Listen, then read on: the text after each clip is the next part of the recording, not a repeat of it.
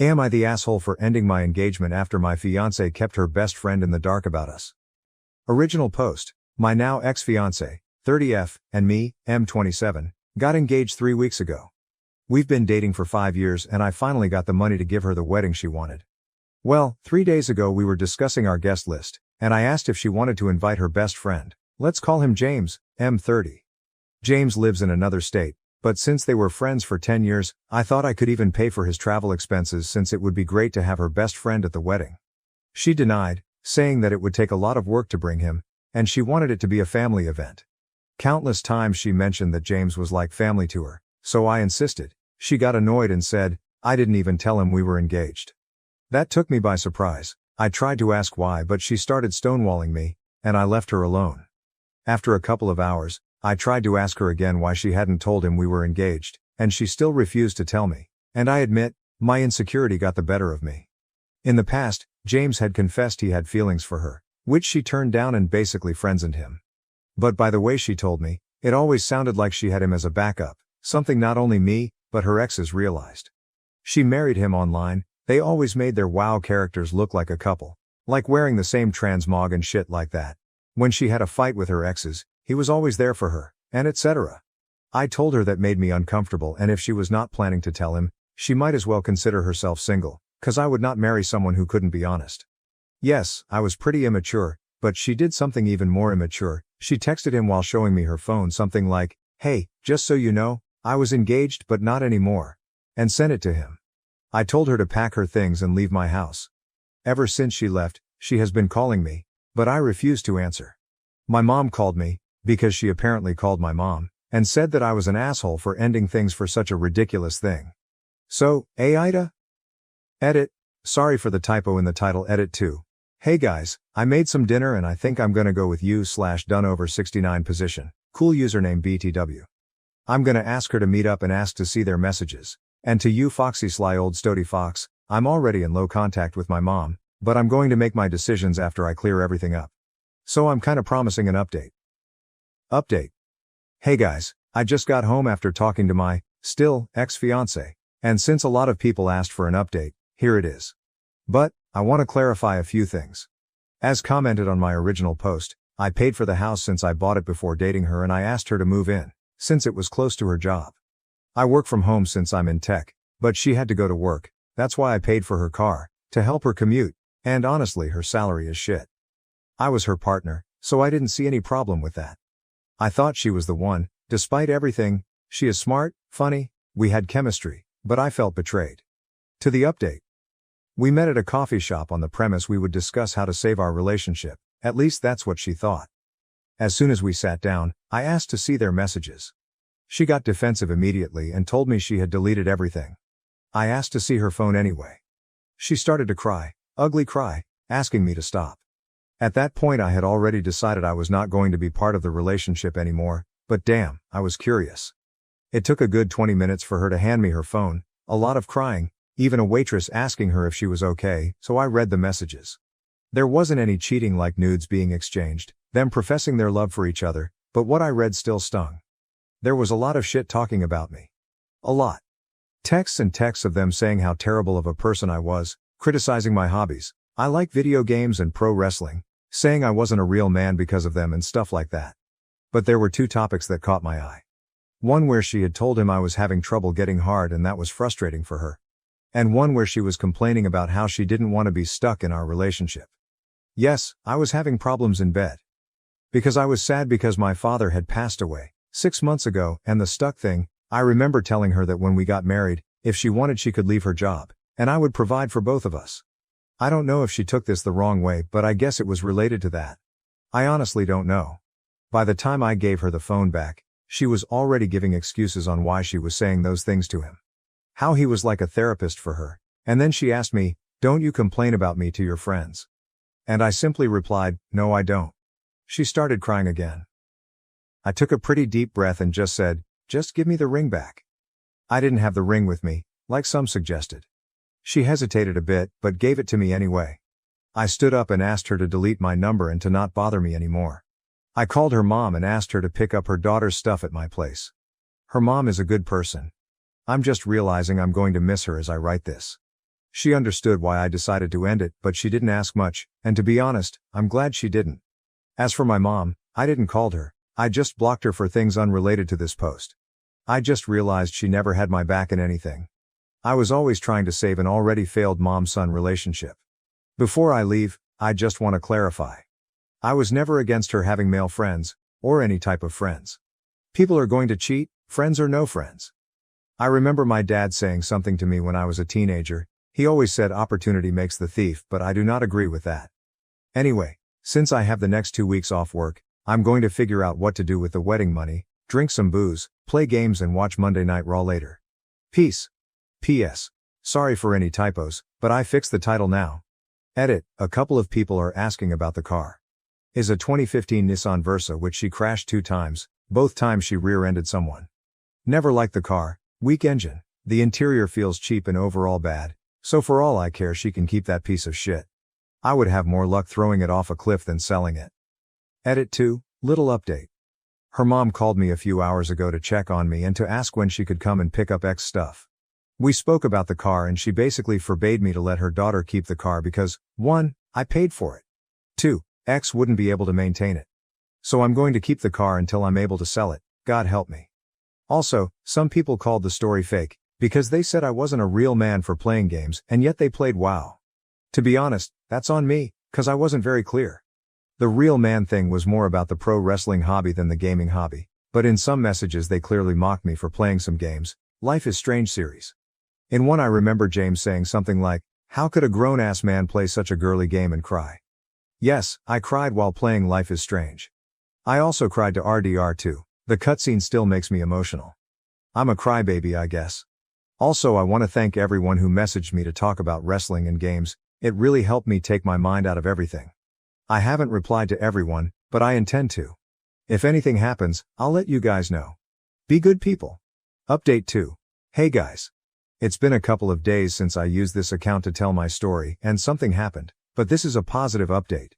First I want to say thank you to everyone who reached out to my DMs and commented saying nice things, it felt really good and I appreciate y'all, some of you actually made me tear up with your kind messages.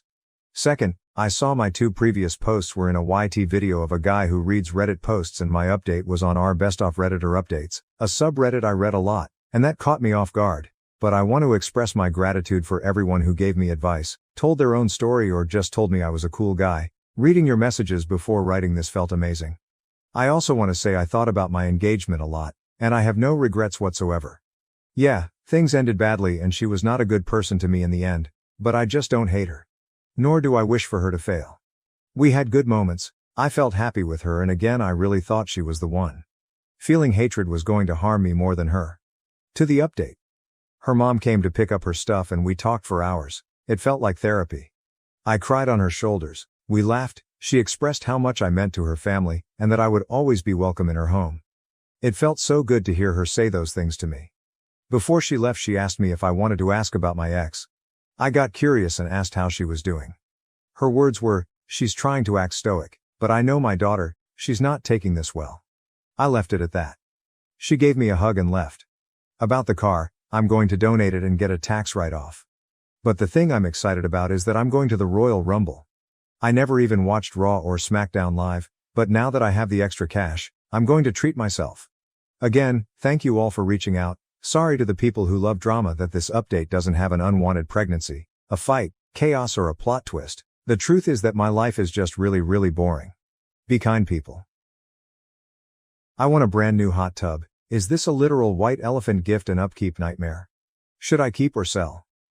Original post. Like the title says, I won the grand prize in a raffle. It's a beautiful 6-person hot tub, and I would love to own one someday. The thought of snowboarding all day and coming home to a hot tub soak sounds amazing. I do have a backyard that has room for it, but I would need to get electrical outlets added, would need to flatten the ground for a concrete pad, possibly get plumbing, then there's the delivery, accessories and upkeep. Are there any frugal hot tub owners out there? What is upkeep like? Do you really use it often enough to justify the cost? I'm not afraid to do the hard work necessary to install it, but wondering if in the long run am I wasting all this money to upkeep costs? My wife keeps suggesting that we sell it and use it for a trip. What do you think? Some of OOP's comments, relevant comments. Commenter. I installed a hot tub at my last house. If you are going to use it and enjoy it, it's never going to be cheap. Chemical and water costs aren't too bad, and in my opinion it's not that much of a hassle, but leaving the tub on 24/7 365 has considerable electricity costs, especially if you're in an area cold enough to snowboard. Our hot tub was costing us about $200 a month to run in the winter, and about $50 a month in the summer. And that's just water, electricity, and chemicals. That doesn't include repair and maintenance costs, which are low the first few years but get intense once the tub gets older. Personally, I want to be using it a few times a week to have it feel worthwhile. It was worth it for me at the time, but I don't think I'd make the choice now. I'd just go on an extra couple of Airbnb weekends at places with hot tubs. I've decided that outdoor saunas are much cheaper and easier to use and maintain. That's what I'll be looking at for my next home instead of a hot tub. OOP, all good advice, thank you. Commenter, they will have a cash value but that doesn't mean they can take the cash instead. A lot of times companies donate them as a write-off and they get the benefit of marketing and exposure. You don't have the choice between the prize and cash. OOP, this is most likely the case with my prize. I think I'd have to sell it on the FB marketplace or something similar. Commenter, check first. Why would you assume this is most likely the case? And now that I'm so invested in this, let me know. OOP. It was a raffle at the birthday party at the company my wife works at. The hot tub place is next door and was donated to the raffle after the owner did a work for trade thing with their business. So knowing a little of the behind the scenes maneuvering, I'm fairly sure it's a write-off donation and there's no cash prize equivalent. But I'm still going to ask. Commenter, did you have to provide your SSN when you accepted it? That would be a red flag of getting taxed on it. OOP, I haven't accepted it yet. Someone reminds OOP they'd probably need a permit and/or inspections. Didn't even think about the permits and municipal inspection. Good points, thank you. Commenter, OMG, my dream, keep it. OP, it was my dream too. I went to the raffle specifically to try and win the hot tub, so now that my dream came true I'm really trying to make the happy ending work. After all these comments I'm leaning towards selling it. The power costs are definitely a factor where I am. It's already been 300 plus some months. Commenter, snowboarder with hot tub here. Do it, you'll never regret it. OOP, damn it, LOL, the choice is so hard. I may try and see if they will do a sauna instead. Bought a season pass to Brighton this year, gonna be up there a lot. Commenter, where are you located? I'm in the market for one if you're looking to sell and we happen to be not too far. Feel free to PM if you'd like. OOP, Utah. Update post. Thank you all for so many helpful comments. Like I said, I was super excited to own a hot tub. I thought I had the perfect spot for it and was ready to do everything I could to get it installed. All the commenters brought up a lot of great points that I didn't consider. One was the increase in energy bills. Our electricity has recently undergone a 30% hike and in the summer is over $300 a month now. Adding a hot tub in the winter would have added $100-$200 per month to that bill, as we live in a cold, snowy climate. 2 was the spot we picked out for it. After measuring where we thought it would go, we realized the spot wasn't big enough to fit the tub and we would have to put it somewhere that had a bit more room. This meant I would have had to run a longer electrical line, had to rip out part of an edged pathway and build a new gravel pad. The new spot had no privacy. It was in direct view of the neighbor's window, so adding some sort of privacy barrier would have been another cost. And it was still 20 feet from where we wanted it, which means in the winter I'd have to shovel a walkway to it and clear it all off. I know in the winter this is going to be a big factor in not using it, because it wouldn't be convenient to get to. There was the HOA, and resale of the home. A lot of people mentioned that hot tubs can be considered a liability to the home when selling, as well as issues with HOAs, permits, and inspections. That wasn't something we considered, and while we do plan on being in this home for a while, it's not our forever home. And 4 was the total cost and taxes.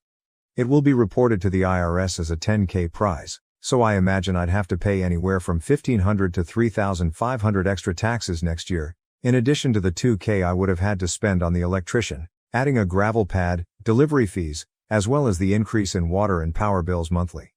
That could be something like $5,000 getting everything up and running and installed, and not something I anticipated spending before Christmas. So, here's what I did instead. I asked the owner of the hot tub place if I could convert the hot tub I want into a sauna instead, and he said yes. So I'm getting a super nice infrared indoor sauna that will sit inside my basement. It doesn't need expensive new power lines run, and no other associated upkeep costs going forward other than the power used. All in all, I'm super happy with the outcome. A tiny bit disappointed I don't get to soak in a hot tub, But I can still go snowboarding all day and come home to a nice heat soak. Thanks again everyone. Some of OOP's comments. Commenter. That's a bloody clever solution. I love that you negotiated. Very few people realize that negotiation gets results. See, why Flora is about to recruit an entire office building to negotiate with the landlords about getting some much needed accessibility upgrades. I mean, I'm a mediator, so I would say this. But jolly good for you anyway. OOP. Thank you. Someone in the original thread mentioned a sauna and it got me thinking. I work with a lot of small businesses, so I'm used to negotiating and finding solutions. Commenter. And the post doesn't include the chemicals that are added to the water regularly. OOP. A lot of the original commenters said that those weren't too expensive, so I didn't include that, but definitely a factor as well. Commenter. Saunas are such a godsend and genuinely beneficial for your health. Brilliant move. And I know sauna rooms can be a nice incentive when selling OOP. Good to hear. We went with an infrared one because of the health benefits. I'm excited to try it out. My boyfriend's intense relationship with his childhood teddy bear is making me uncomfortable. Am I overreacting, or should I be worried? Original post. Okay now, please no joke, this is actually serious. Also, this is a throwaway account and I was an idiot when writing my name and typed throwaway instead of throwra. I have been with my boyfriend for 3 months now, so it's pretty new. So far everything is going well except this tiny little detail. He has this teddy bear, let's name him Teddy. Teddy has always been a part of my boyfriend's life. He got him for his birth, and when at around the age of 5 or 6, or whatever age is the appropriate age to remove a teddy bear from a child, his parents tried taking Teddy away from him. He screamed and cried so loud without stopping they ended up giving up. So he kept Teddy with him his whole life. He mentioned Teddy to me pretty early, about a week after us being together. He showed me pictures of him and I found it cute at first.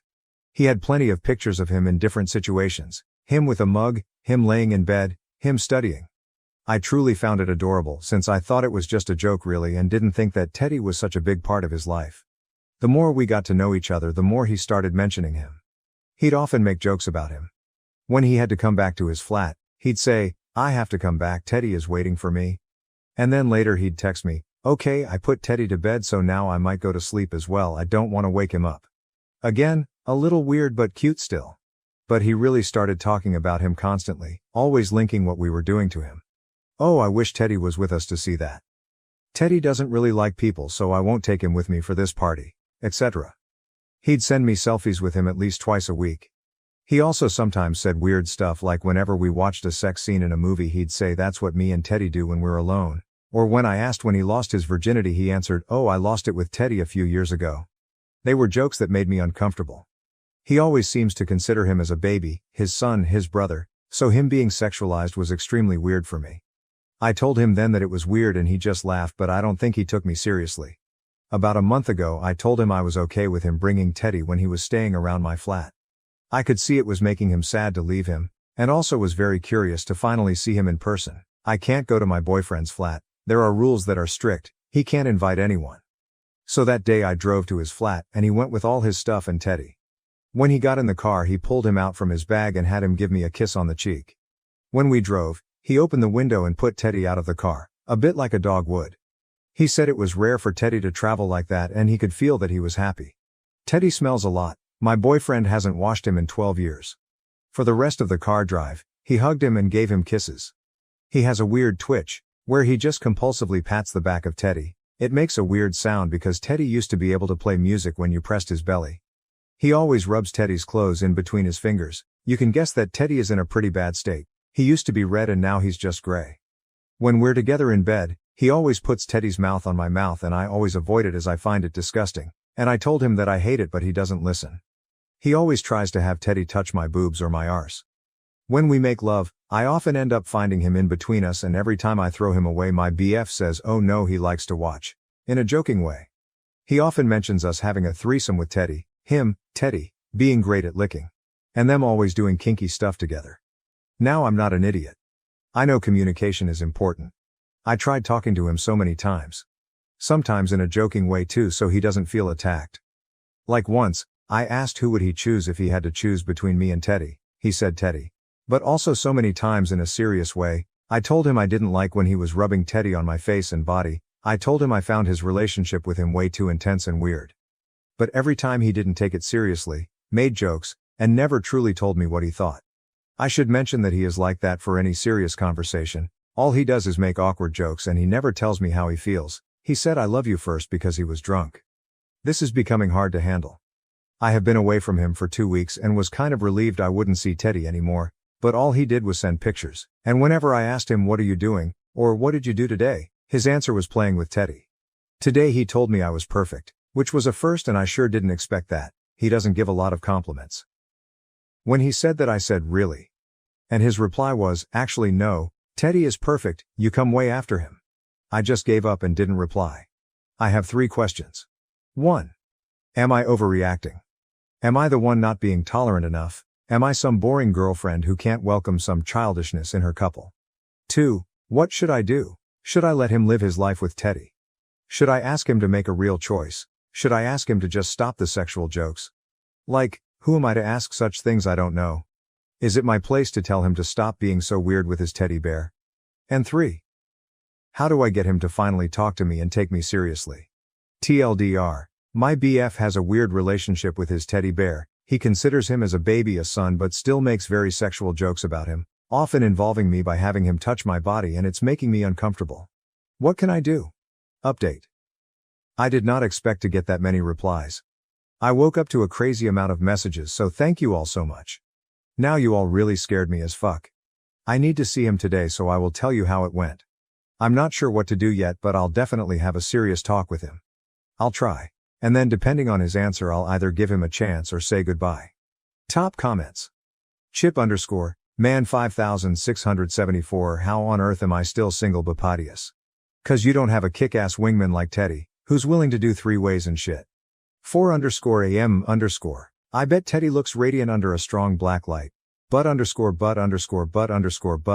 seriously. What the fuck? I've been married for a couple years, and as an average-looking woman I ran into my fair share of weird dudes while dating. But what? If I had told my girlfriends even a light version of this dude's behavior, they would be holding an intervention for me to get away from him ASAP. Even if this was only a strange, immature coping mechanism, it's still not acceptable. The fact that he has strongly implied that he uses Teddy as a masturbation aid. What? I love my husband, but if he started carting around a pocket pussy and made me kiss it, touch it without my consent? If women like OP exist who are willing to put up with shit like this, barring you being some kind of Ted Bundy weirdo, I also have no idea why you're single. Golden Mummies * Teddy Bundy abortion lasagna. So, I'm pretty sure I used to be friends with this dude on Facebook and ended up blocking him. He had several profiles, one for Teddy, and would harass the hell out of women then blame it on Teddy. He told one of my friends he hopes she gets raped, and then blamed it on Teddy and tried to re-add her on a different account. He has a comic novel or something he's working on about him and Teddy, and he makes the girls who block him or get upset with him the villains they defeat. If it's the same dude, he's out of his fucking mind and you need to run. Edit. I didn't want to unblock the guy's profiles, because I have to wait 48 hours to block him again and he scares me, but I found one of his many profiles that seems to be abandoned. He uses an alias, so I don't know if OP would recognize the name. However, his profile is full of photos of the creepy old bear, so maybe she'll recognize the bear. This is Teddy. I certainly hope there's not 2 of these creepazoids running around. This particular dude has a crime scene photo of a dead rape victim laying face down in a field as his cover photo, so if it's the same dude she needs to bail, change her phone number and move. Edit 2, thanks, got the gold and silver. The thread is locked now, so I can't reply to anyone, but OP confirmed this is not Teddy. Update. First of all, I'd like to say thank you to you all. I did not expect to get that many comments. I'm safe for those who are worried. You all really scared me though. I had many questions that were asked, so I'm quickly going to reply to the ones I saw the most often. Why are you with this guy? Are you insecure? Why are your standards so low? Etc. I obviously didn't write down his nicest description.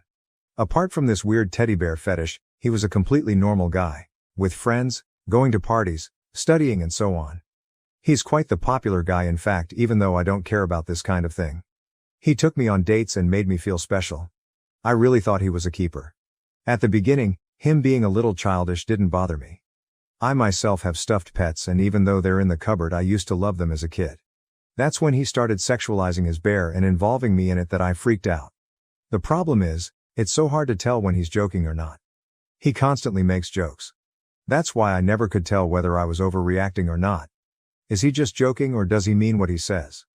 However, the one thing I really didn't see coming, and you guys helped me realize it, is his lack of respect towards me and my boundaries. Sometimes it's easier to see from an external point of view. This whole time I was too focused wondering whether it was normal or not for me to feel uncomfortable, and I didn't realize that not once did he help me feel more comfortable despite me telling him how I felt. Thank you a lot, because that's the one thing you all really helped me for. I would have probably taken more time to realize it on my own, even though it now looks obvious. About the guy who said he knew him, abortion lasagna. Fortunately it wasn't him. Thank you so much for your help though. Run away, he's going to kill you. He's a psychopath, etc. Although his behavior is extremely weird, I don't see him hurting anyone. But obviously it's easier for me to tell since you all had to base your opinion on what I said. He doesn't match the psychopath personality at all. I'm not allowed to visit him because he lives in a private home, a person hosts him in one of their bedrooms, and this person doesn't allow any visit. It is weirdly strict, yes, but it's believable, and I've seen his sister once who confirmed that she couldn't visit him herself. One thing is sure though, although he may not hurt anyone, he seems to have serious problems and I'm not sure I can handle it. It's fake, it looks like the movie Ted. I know it all looks surreal, but it is true. I have multiple pictures of Teddy if some of you are interested. I know a lot about Teddy's past because my BF won't shut up about him.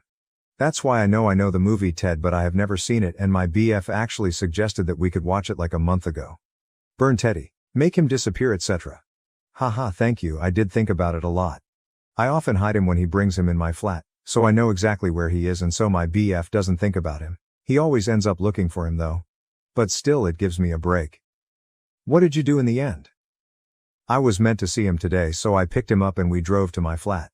Of course Teddy was there, and when he came in the car, my BF had him give me kisses and stuff. I said stop please in a cold way and he stopped. I said we needed to talk and he listened because I started crying. I thought it would be hard for me to start talking, but since I was so stressed with all your comments I just broke down and cried.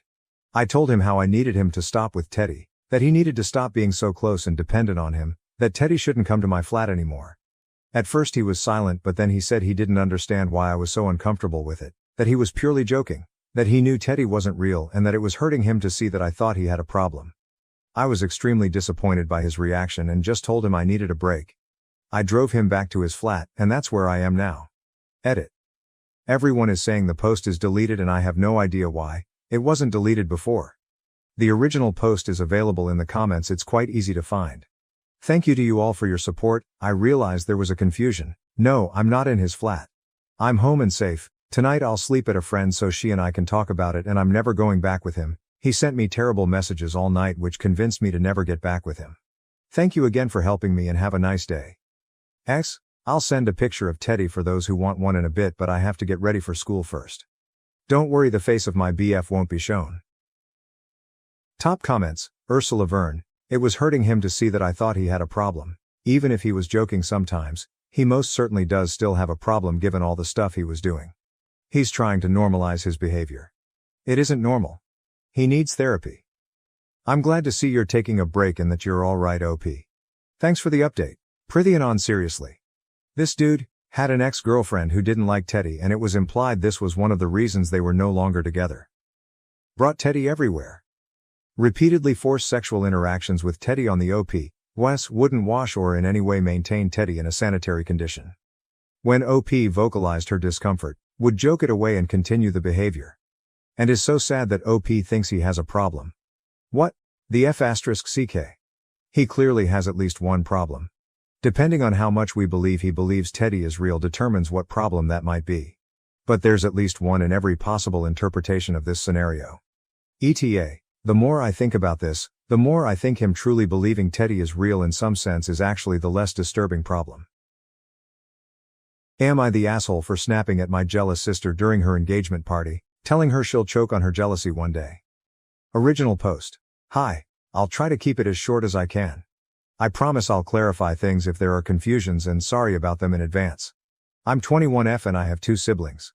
My sister is 24 and engaged. My brother is 28 and married to my sister-in-law who is 25. My parents hosted a family luncheon to celebrate my sister's engagement at their house. I went early to help them set up, my brother and sister-in-law a little bit later than everyone else. My sister and her fiancé arrived last. Everything was going well and everyone was happy until my sister got a text and pulled me aside. She asked me if I could go outside and meet a friend of hers who's going to drop something off for her. I did. The something was a big ball of pure happiness, a Saint Bernard dog with a cute little formal tie around his neck. As adorable as he was, I couldn't bring him in because my sister-in-law is allergic. Her allergy is not severe but still. Everyone in the family knows of it. I told the friend to please wait while I talked to my sister. She did not. I texted my sister that I can't bring him inside. She texted that it was fine to bring it in because it's a surprise and he's the newest addition to the family. I insisted that I couldn't, then I texted my brother about it because it had been 10 minutes. I'm standing in the driveway with a big doggy that would not stop licking my legs, not knowing what to do. From what I was told inside, my brother pulled my sister aside and asked her not to bring the dog in. That she knows his wife is allergic. She refused, saying that it's an open space, that sister-in-law will be fine. He then told her the news that sister-in-law is pregnant. I already knew and they were waiting until she passed her first trimester. My sister then went outside, dragged the dog and then me in when I resisted. My brother, seeing this, excused himself and left with sister-in-law. We tried resuming the lunch after that but it was awkward at best. When my sister and her fiancé cut the cake, she grabbed her glass of champagne to make a toast. The toast was her rambling about how selfish my brother and his wife were, that they couldn't let her have one day to herself and had to ruin and overshadow it. That they were not the first or last couple to get pregnant. Both of my parents tried to shush her but she was on a roll and went on to call sister-in-law an attention seeker that just had to give the family the first grandchild. I finally had enough and told her that green isn't a good look on her and that she was going to choke on her jealousy one day. Then I got up and left. She called me a bitch on my way out. My mom called me after and told me that it was a bit harsh even if she was harsher. She also suggested that the three of us, siblings, talk it out after things settle a bit. My dad is staying neutral. I haven't heard from relatives that were at the luncheon. AITA. Some of OOP's comments. Commenter. Question. Did your sister also know about the pregnancy, like you did, and pulled the dog stunt to make sure they left instead of making a public announcement, like she would have had the roles been reversed? OOP. My sister had no idea about the pregnancy. None of my family did. The only reason I know is because she got sick from the smell of chili cheese fries when we were having a girls' night in. We kind of just looked at each other, and a light bulb went off in our heads. It wasn't like my sister was purposely excluded or anything. And I can confidently say that my brother and sister-in-law would have never hijacked her day to announce their pregnancy.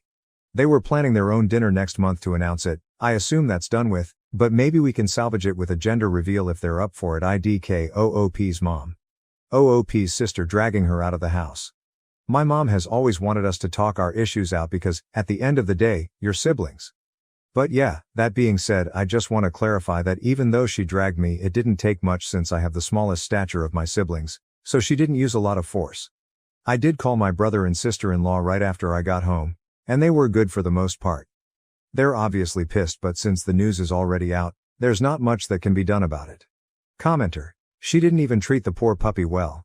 The last thing a new puppy needs to deal with is the chaos and overstimulation of a family party. And what did they do with the poor wee bugger while they were cutting the cake and making their pissy speeches? Just leave it outside?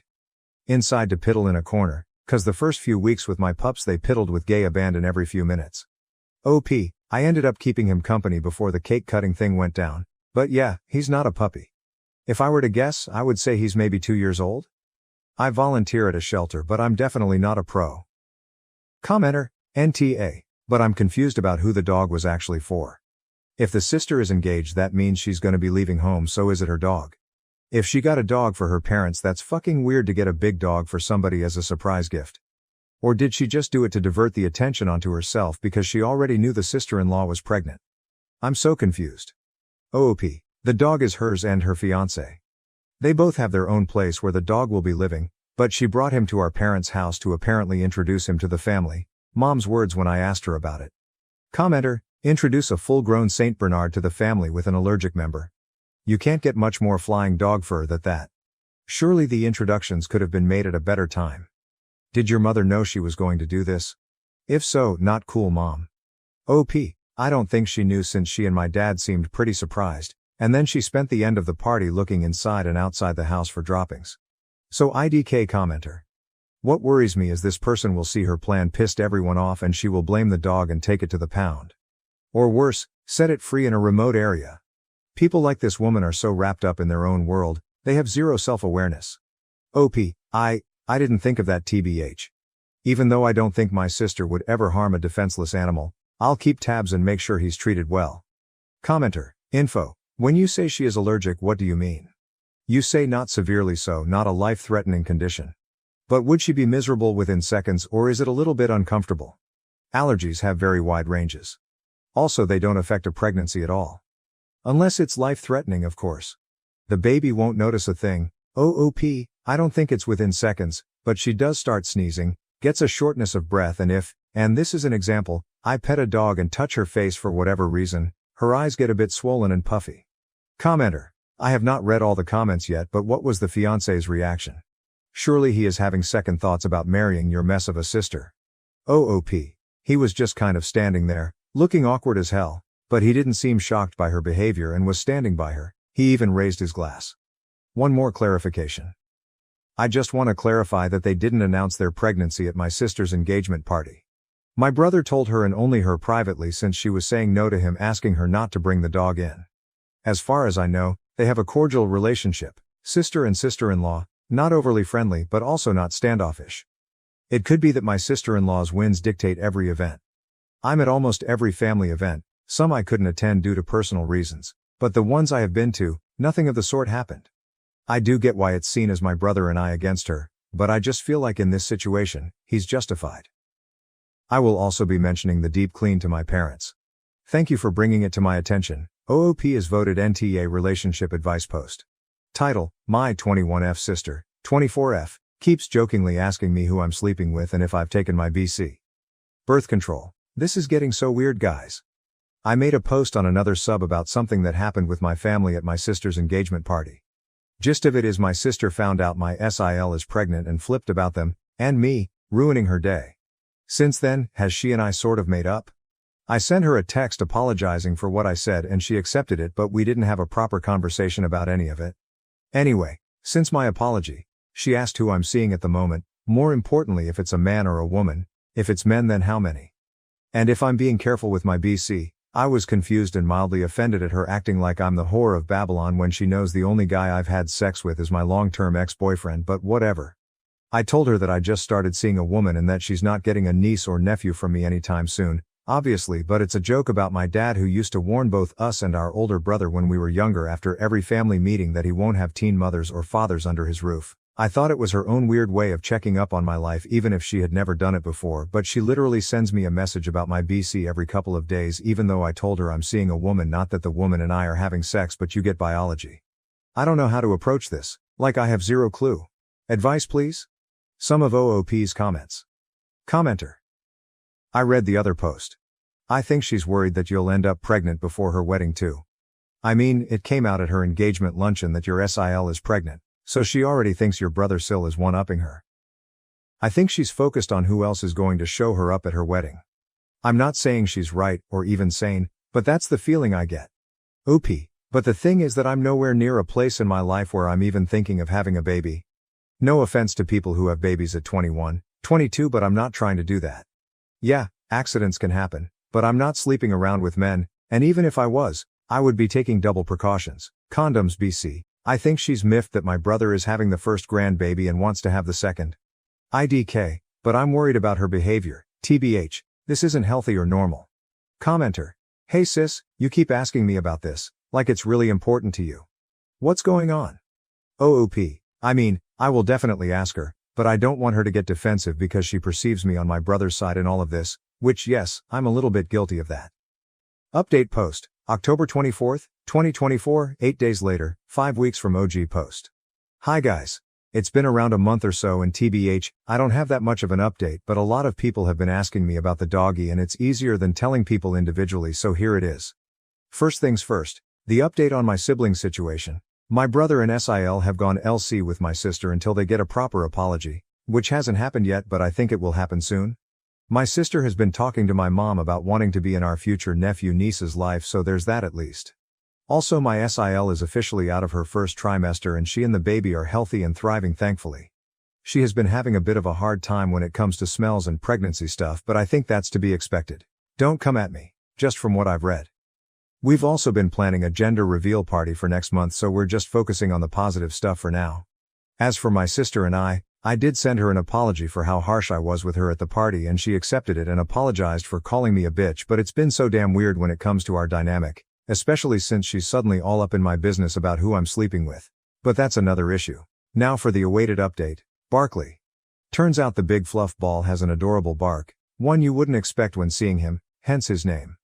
As some of you predicted, my sister was not up for the massive job that is taking care of a Saint Bernard, and a week and a half after the party, she called and asked me to find him another home. I volunteer at a shelter and know a lot of people who would love to adopt. I honestly wanted to keep him myself because I've grown attached, but I live in an apartment and not only would it be impossible, it would also be cruel to keep him cooped up like that. Luckily, a friend of a friend has the space for him to be happy and safe and took him in with the promise of letting me see him whenever we're both free, and now I get random pics and videos of Barkley in his element, all happy and bark fighting with the guy's next door neighbor's Yorkie. Don't worry, there's fences between them. So yeah, just wanted to say thank you guys for all the advice and opinions. I appreciate all of you. Some of OOP's comments. Commenter. I mean, I'm more worried about the other neighbors who have to listen to that, but it seems like things at least worked out for Barkley. OOP, I get your concern, but from what I've seen of the guy's neighborhood, went to check it out and meet him first, it's a lot of families and most of the kids have pets, cats, dogs and a parrot, guy's intel, so it seems like they're used to pet noises. Fooled my cheating wife into thinking I was unfaithful, then ghosted her on Christmas Day after meticulously planning a year-long revenge. Here's the backstory. My future ex-wife is my high school sweetheart. We started dating in 1992, when we were both 17. We're both 45 and have been together since. She is the only woman I've ever been with in my life. We married 5 years later, at the age of 22, right out of college. A year later, we welcomed our first 2 children, both boys who are now 22 and 17. I gave her 23 years, built her a home, and worked tirelessly to provide her the life she desired. Sure, we had our issues, but what marriage doesn't? Even in the darkest of situations, we found a way to persevere and emerge stronger, making the revelation of her affair all the more startling. Flashback to March 2020. I had a feeling something wasn't right. We had been in a funk for approximately 2 months before. I was still unable to move while recovering from reconstructive knee surgery after tearing my ACL in the fall of 2019. At the time, my knee had only around 55% range of motion, which hindered my ability to conduct a variety of household tasks. I was out on workers' compensation because I was injured on the job, so I couldn't do my usual housework. My sons did their best, but duties that only I could do had to be postponed, or my wife had to take them on, which she detested. Things also came to a standstill in the bedroom. It had already slowed down before my crash, but in my current state, it came to a complete stop. During these months, Sue, we'll call her that, spent more time after work mingling with co-workers. From November 2019 until March 2020, it was a reoccurring event for her. Naturally, I rejected it. I'd had no reason to be concerned or wary of her over the previous 23 years. She had her friends, I had mine, and we had mutual pals. I could hang out with my friends all the time without issue. Everything was above board. However, in January of that year, I started to notice something unusual. Sue was growing increasingly distant. Sure, we were in a funk, but she had never denied me affection until that time. The usual hugs and kisses came to a stop. Her phone, which had previously been nearly tethered to her hand, was now secure. She was becoming more private, despite the fact that she was frequently sharing DIY ideas, recipes and memes with me. Her interactions with me became more snippy, as if she couldn't be bothered. So we're now in March. COVID has arrived, and New York City is under lockdown. Our chosen vocations are essential, thus neither of us had to work from home. I had just been cleared to return to work after being out for 5 months, and I was eager to go back to it. 5 months of sitting on my ass, rehabbing my knee and being unable to do physical things drove me insane. For context, I adore physical activities. I'm an active martial artist who goes to the gym 4 days a week, in addition to all of the housework I handle. Within a week or two of the lockout, my soon-to-be ex-wife informed me that she would need to resume working extra hours. I didn't think much of it because of her profession. I expected it to be every other day, but it was every day, for more than an hour or two. She'd get home 3 or more hours later, shower, spend some time with me and our 17-year-old son, our 22-year-old was staying with his girlfriend across town, and then go straight to bed. As my knee recovered more movement, we continued our intimacy, but as one might anticipate, she was not intellectually or emotionally present, as I quickly noticed. By early April, the picture was getting clearer for me. All of the signs led to her having an affair. That was the moment I realized I needed answers. I scoured the internet for indicators of adultery in a partner, and she checked almost every box. My search query grew to, how do I find proof? I started with her social media, looking over her Facebook posts from several months ago. It was the usual: images of us and our sons, some with her friends, and some from her nights out with coworkers.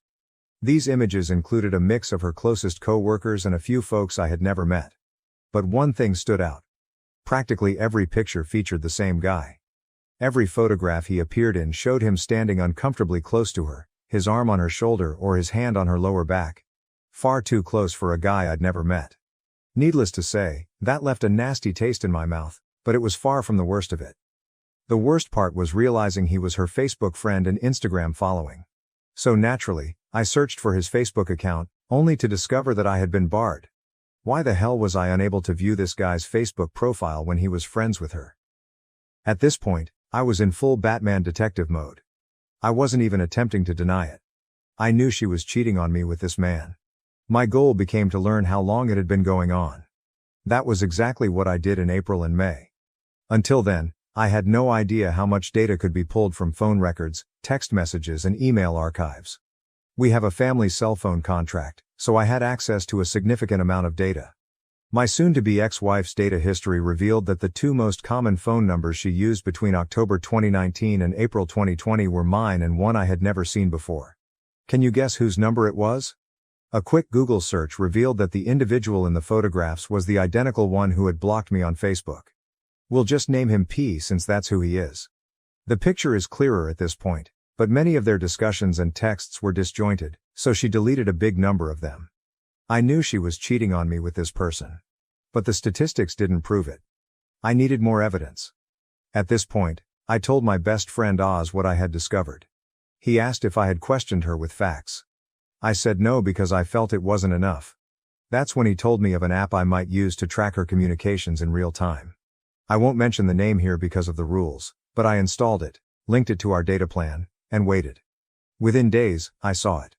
A text exchange between the two of them, discussing how much fun they had the night before and making plans to do it again that weekend. Boom. Gut punch. To say I was devastated is an understatement. I suppose that was my D-Day. For the next 2 days, I was completely broken. I purposefully distanced myself from her. During the 2 days after D-Day, she noticed something was wrong. She tried to console me and ask what was wrong, but I ignored her and walked away. I couldn't even look at her. This woman to whom I had given 23 years of my life, everything I could as a husband, and she had left our marriage for a man barely 5 years older than our eldest child. By the 3rd day, I was no longer depressed, but enraged. I emailed Oz to inform him that my suspicions were confirmed. He asked if I confronted her and I responded no. I sought retaliation. I didn't just want to divorce her, I wanted to destroy her. I planned to undermine her life and ruin her. It would take some time, but I had a plan. In my studies and research on infidelity, I came across a statement that struck a chord with me. The enemy of infidelity is unpredictability. That was going to be the core of my strategy. I meant to make her life hell on wheels while quietly planning my escape. So it's early June and I still have the app installed. Almost every night I gather as much data as possible. I see their back and forth texts. They talk like they're in a full-fledged relationship, sexting, flirty romantic things, nudes, the works. At that point, I stopped looking at anything and focused solely on gathering information and cataloging everything on my personal server. Meanwhile, I began engaging in odd behaviors. I began leaving at irregular hours and arriving home much later than she did. I spent more time on my phone than usual while with her, and when she asked what I was doing, I just replied, "Just stuff," and put it away. I also changed the login credentials for everything so she couldn't get into any of my stuff. Throughout our marriage, we had never kept anything from one another. However, about the time I believe her romance started, she changed her Facebook and phone passwords, blaming recent security breaches. Yeah, that's an excellent reason to conceal an affair from your husband. I notified Oz about my plans, as well as my older sister and 2 other close friends. These are the people I trust with my life, and I have sworn them to secrecy. To clarify, Oz and I have been friends since we were children. We've known Joey and Na, our other two friends, since high school. Keep Na in mind, she will have a role later on. In July, my soon-to-be ex-wife was absolutely paranoid. She was texting and calling me more frequently, asking whether I'd be home when she got back, when I was coming home, what I was doing and so on. I could see the seed I planted in her mind a month ago starting to sprout, notably in her interactions with P. She was confiding in him, expressing her worries and perplexity, and warning him that I was becoming cold and distant. This woman has a lot of nerve. During these interactions with P, she even suggested that they stop meeting at our house since she wasn't sure if I'd just show up, confirming of course that she had brought this guy into my home. Thanks, Sue. P asked her in that conversation if she was afraid I was cheating on her, which irritated her. I can't tell you how much pleasure and laughter I had from reading that exchange, my cheating wife arguing with her affair partner about whether she was angry at her husband for perhaps cheating on her. Oh, how ironic. Please bear in mind that I was not hooking up with anyone. When I left the house, I was usually at Oz's or Joey's, drinking, watching fights and socializing with my brothers. Or I was at my big sister's house, hanging out with her and my brother-in-law, who is like an older brother to me. My sister is 52, and her husband is 58. I had told them about my soon-to-be ex-wife's infidelity, but not about my plan. I couldn't risk it because my brother-in-law is a bit of a blabbermouth. Moving forward to October, things started to heat up. Sue was completely aware that I was intentionally drifting away from her after 3 months of my false romance. I hadn't touched her once between the day I carried out my plan and the day she confronted me, October 20th, 2020. No embraces, kisses, or attempts to initiate intimacy, none. Not that she needed it. She still got it from P, whether at his place or in a hotel. That afternoon she called me at work, which was not unusual before anything began, but it hadn't happened in a while. She implored me to come home immediately from work, saying she had something essential to tell me. I won't lie, I partly expected her to admit her infidelity. However, she didn't. Instead, I returned home and asked her whether I was furious with her. The nerve. She commented that I'd spent much too much time away from home, hadn't shown her any affection, and that our intimacy had faded. She expressed fear that I was driving her away because of my animosity for how she treated me when I was rehabbing my knee. Then came the punchline. She gasped and asked whether I was cheating on her. Folks, I fell to the floor laughing hysterically. And by hysterically, I mean like the Joker laughing so hard.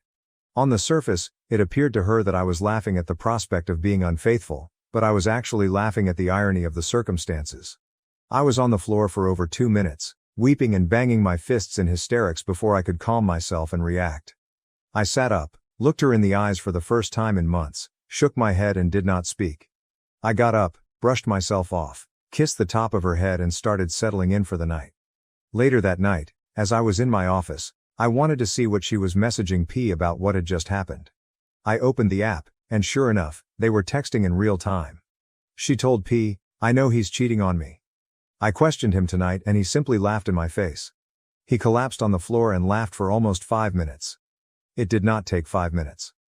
He no longer cares about my feelings. I'm not sure how or why, but he's left. I realize I've lost him. This is karma, and I know it. The smile I had on my face while reading must have looked like the Cheshire Cat. Her heart was breaking.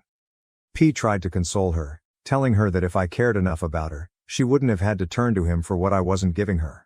Her statements, however, suggested that she was now having doubts.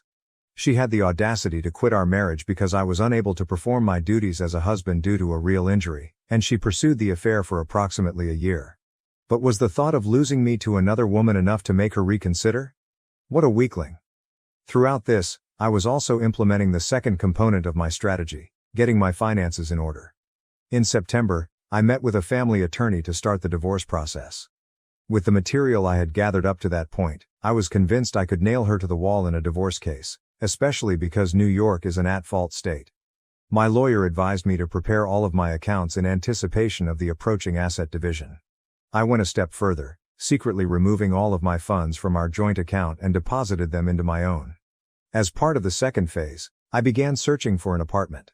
Now it's November, and my behavior hasn't changed. In fact, I have turned it up. This is when my friend Na enters the picture.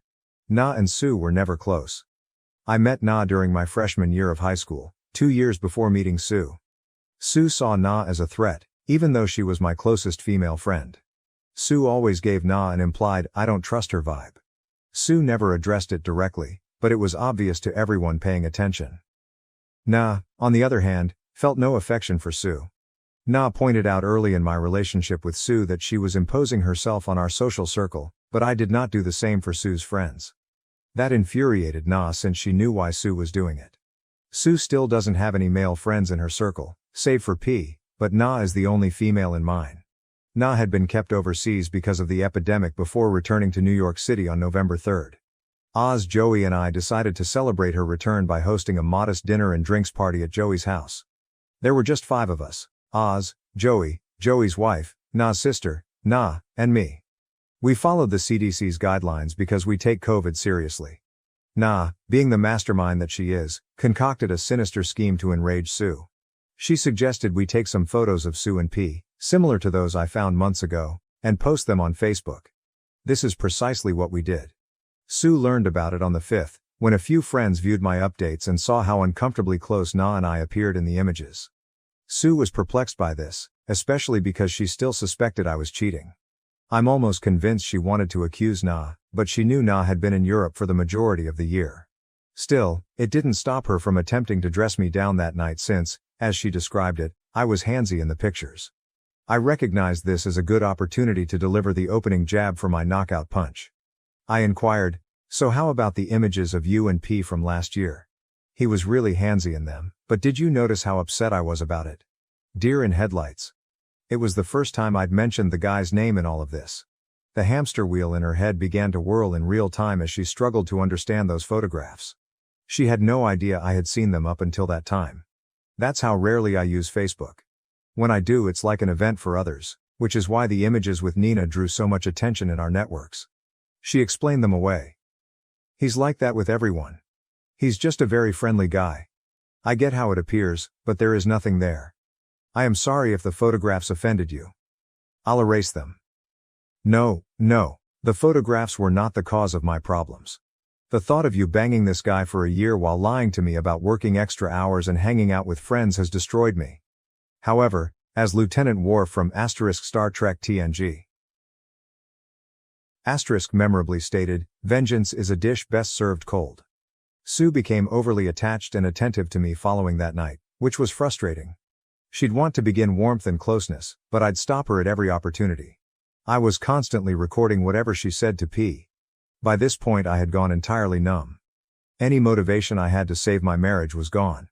I checked out on the day I executed the first phase of my strategy. She was telling him that I had gotten worse, that she didn't know what to do and that she believed I detested her. I did. Then she dropped the bombshell. She announced she could no longer see P. Her guilt was intense, and she felt like punishment was strangling her. She couldn't risk losing me. She claimed to love P deeply, but she was still in love with me and sought to save her marriage before losing me. No, my sweetheart. You were about 8 months too late for that.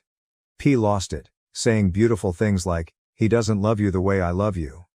You are making a mistake. You can't just dismiss me like that." That text chain was their last until around 3 weeks ago. Sue was in uncertainty for the rest of November and December, trying to figure out where my headspace was while also unsure whether I was being unfaithful. Meanwhile, P was constantly blowing up her phone. But she did not respond. I noticed her checking her phone regularly, but she quickly set it aside. Meanwhile, phase 2 of the plan was officially finished. The divorce papers were completed. I'd found a studio apartment in Co-op City, a neighborhood recognizable to New Yorkers, and signed a 2-year contract. All of my money was in my own account. I was ready to throw my haymaker. Now it is Thanksgiving. My oldest son and his girlfriend were throwing a modest reunion for our immediate families, which included my oldest, his girlfriend, her parents, she is an only child, myself, Sue, and our youngest. We had a great night. My oldest girlfriend is training to be a chef, and she did all of the cooking herself. Let me tell you, the chick can cook. To give the impression that nothing was wrong between Sue and me, I expressed affection for her several times that evening, including kisses on the cheek, charming small hugs, and wrapping my arms over her shoulders from behind. She was aware of and loved the gestures. Keep in mind that this was the first time I had touched her since kissing the top of her head the night she confronted me in October, roughly 2 months prior. I won't lie, I was horrified by it, but I had no choice. I could not jeopardize the plan. My distancing from her in front of our sons, my oldest's girlfriend and her parents would raise alarms. My youngest elected to spend the night with his elder brother, so Sue and I returned home. On the drive home, she thanked me for being so nice to her and said, "I don't know what you're going through, baby, but I'm here for you." I had to stop myself from busting out laughing again and answered, "I know, I just need time." For the first time since spring, we had sex that evening. I thought, what the hell? With what I'm going to do, I might as well get some work done before eliminating her from my life. I won't get into specifics, but it wasn't love. When I finished, she was a ball of flesh laying there, trying to figure out which way the truck that had run her over had gone. There will be no cuddling or anything afterwards. To her amazement, I just got up, washed and fell asleep in my office. However, I wore a condom for the first time in nearly 2 decades. She was perplexed, but she didn't ask questions. I had no intention of going raw on her, knowing she had done so with P for months. I awakened the next day and launched my handy surveillance program. For the first time in weeks, she responded to P. The dude went full Neela. He expressed his feelings for her, saying she was wasting her time trying to rekindle a dying flame in me, and that she had been in prison with me for 23 years and deserved to feel the love and affection of a man who adored her. Mind you, this guy is 27 years old, only 5 years older than our oldest son, and he was that asterisk hurled at a 45-year-old married mother of 2. What a fantastic high-quality guy she chose to destroy our marriage and the home we had built for ourselves. Isn't he a beautiful boy with a compassionate side? She responded by saying essentially the same thing she had when they last spoke. She loved him and enjoyed their time together, but she couldn't lose me. She stated that I was still the love of her life, but there would always be a place in her heart for him, and they could be friends if he so wished. But their physical relationship had ended. He persuaded her to meet him one last time that week, and she consented. One more for the road, right? Who am I to say anything? That's just what I did to her the night before. Of course, I saved all of this in the archive I had built. On December 4th, the third and final phase of Operation Shinobi Ghost started. The divorce paperwork was completed, my new place of residence was established, and now I needed to gradually begin moving my possessions out of the house. But first, I needed to tell my boys. That Friday night, I invited my oldest to join me at my office. I laid everything out on the table, except for the specifics. Their mother had been cheating on me for about a year, and I was preparing to file for divorce. My 17-year-old was particularly touched by this since he had recently experienced his first taste of infidelity. His first girlfriend had cheated on him just 4 months previously. The notion of his own mother being capable of doing such a thing tore his heart apart for the second time. My oldest handled it much better and suggested that he take his brother in to live with him until everything was settled, which I agreed to. We packed some of his possessions and he inquired, "Are you going to be okay?" I replied, "Yes, youngster, I am going to be okay, as are you. We will be all right, I promise." Then they were gone. The most difficult part was now accomplished and it was time to arm the nuclear weapons. Over the next 2 weeks, Oz would help me remove some of my most sensitive belongings out of the house on a regular basis. I gave him a list of everything he needed to get while Sue and I were at work and left him with a spare key. Sue would not have realized anything was missing until someone told her. I also obtained a new phone and phone number, which I shared with everyone who needed to know: Oz, Joey, my boys, my big sister, and my mother. Meanwhile, I continued the deception with Sue and she had no idea. I gave her bits and pieces of affection to keep her off the trail while she was still in contact with P, not as much as before, but there was still an emotional connection. The fog was faint, but still there. All the while, I was gathering, and I mean everything. Every bit of data I'd saved since the beginning of the plan, call logs, texts, images, emails, everything, and printing it. I must have spent over $1,500 on staples supplies like printer ink, paper and binders. I organized everything chronologically from the beginning of the affair to the end 2 weeks ago in December. 14 binders. I then placed each one in a box, gift-wrapped it, and addressed it to a variety of people, including my mother. My father died 7 years ago, her parents, her 2 sisters, her brother, her HR department. Did I mention P works for the same company, and there is an express rule against intercompany relationships because of the nature of what she does. Several of her friends, P and her parents. I took all of those parcels to the post office and got them shipped out on December 16th. Delivery is scheduled between December 22nd and December 24th. Perfect. So we are now on Christmas Eve. Sue returns home at the usual time, unsure if she has seen P. On the 18th, I stopped tracking her on the app, believing I'd gotten enough use out of it. As usual, she showers, spends time with me, and then I blow her out on the living room couch. Then she retires for the night. The final stage had arrived. The nuclear weapon I had been constructing since June was about to be fired. I arose in the middle of the night and wrapped one of the 3 remaining binders with the divorce papers glued to the inner cover, then placed it on my side of the bed with a Merry Christmas greeting. Next to it, I left my old phone and my lawyer's business card. I packed up the rest of my most important items, enough to fill 2 backpacks, and left the house I'd lived in for 23 years for the final time. That was a week ago, buddies. Sue believes that I have vanished, been shadowed, or ghosted. She is blocked on Facebook, but she hasn't blocked me, so I'm keeping track of the effects. It's simply great. My packages have arrived at their destinations, and Sue has been crucified. Her younger sister dressed her completely down. Both of her parents have condemned her. My mother totally destroyed her, like holy crap. I know my mother is harsh, but what she called Sue was ridiculous. Sue has been feverishly trying to find out whether anyone knows where I am, but those who do are not saying anything. She's desperately attempting to contact me all over her Facebook feed, possibly because she knows I'm looking. But I won't say anything to her without my lawyer present. That'll be the next time I share oxygen with her. She can't use the narrative to make me appear bad because I've exposed her to everyone she cares about. According to a mutual acquaintance who works for the same company, she and P will be placed on administrative leave starting tomorrow. So, excellent news, she will most certainly be unemployed by 2021. Regarding the final 2 binders, one has been delivered to my lawyer as the final piece of evidence for my impending divorce. The last one I stored in my storage unit, to be burnt in Joey's fire pit after the divorce is finalized. Do I feel sad about it? Not in the least. For 23 years, I treated her well. I gave her the home she wanted, the family she sought, the life I thought we both deserved, and unconditional love. Never did I falter. Never did I stray. Never did I consider breaking my vows. When an issue developed that I suspected was interfering with our marriage, I addressed her and explained the situation, and we worked together to remedy it as best we could. She chose to seek solace in another man's bed rather than come to me and communicate her discontent with her current intimate situation. She decided to go out with a young punk who gave her tingles. So no, I'm not sorry for whatever I did to or for her. I do not care if she ends up in hell. The most I could lose is my home, a car, and possibly a few $100s each month in alimony.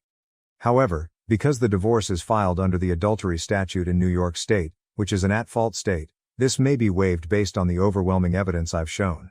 She's dead to me, and I'll never look back. Quick edit. Under certain circumstances, NYS is not fully to blame. Yet a divorce can be filed at fault, as my lawyer has advised me. I'll meet with the soon-to-be ex-wife and her lawyer tomorrow. I suppose I will just post an update here. Update.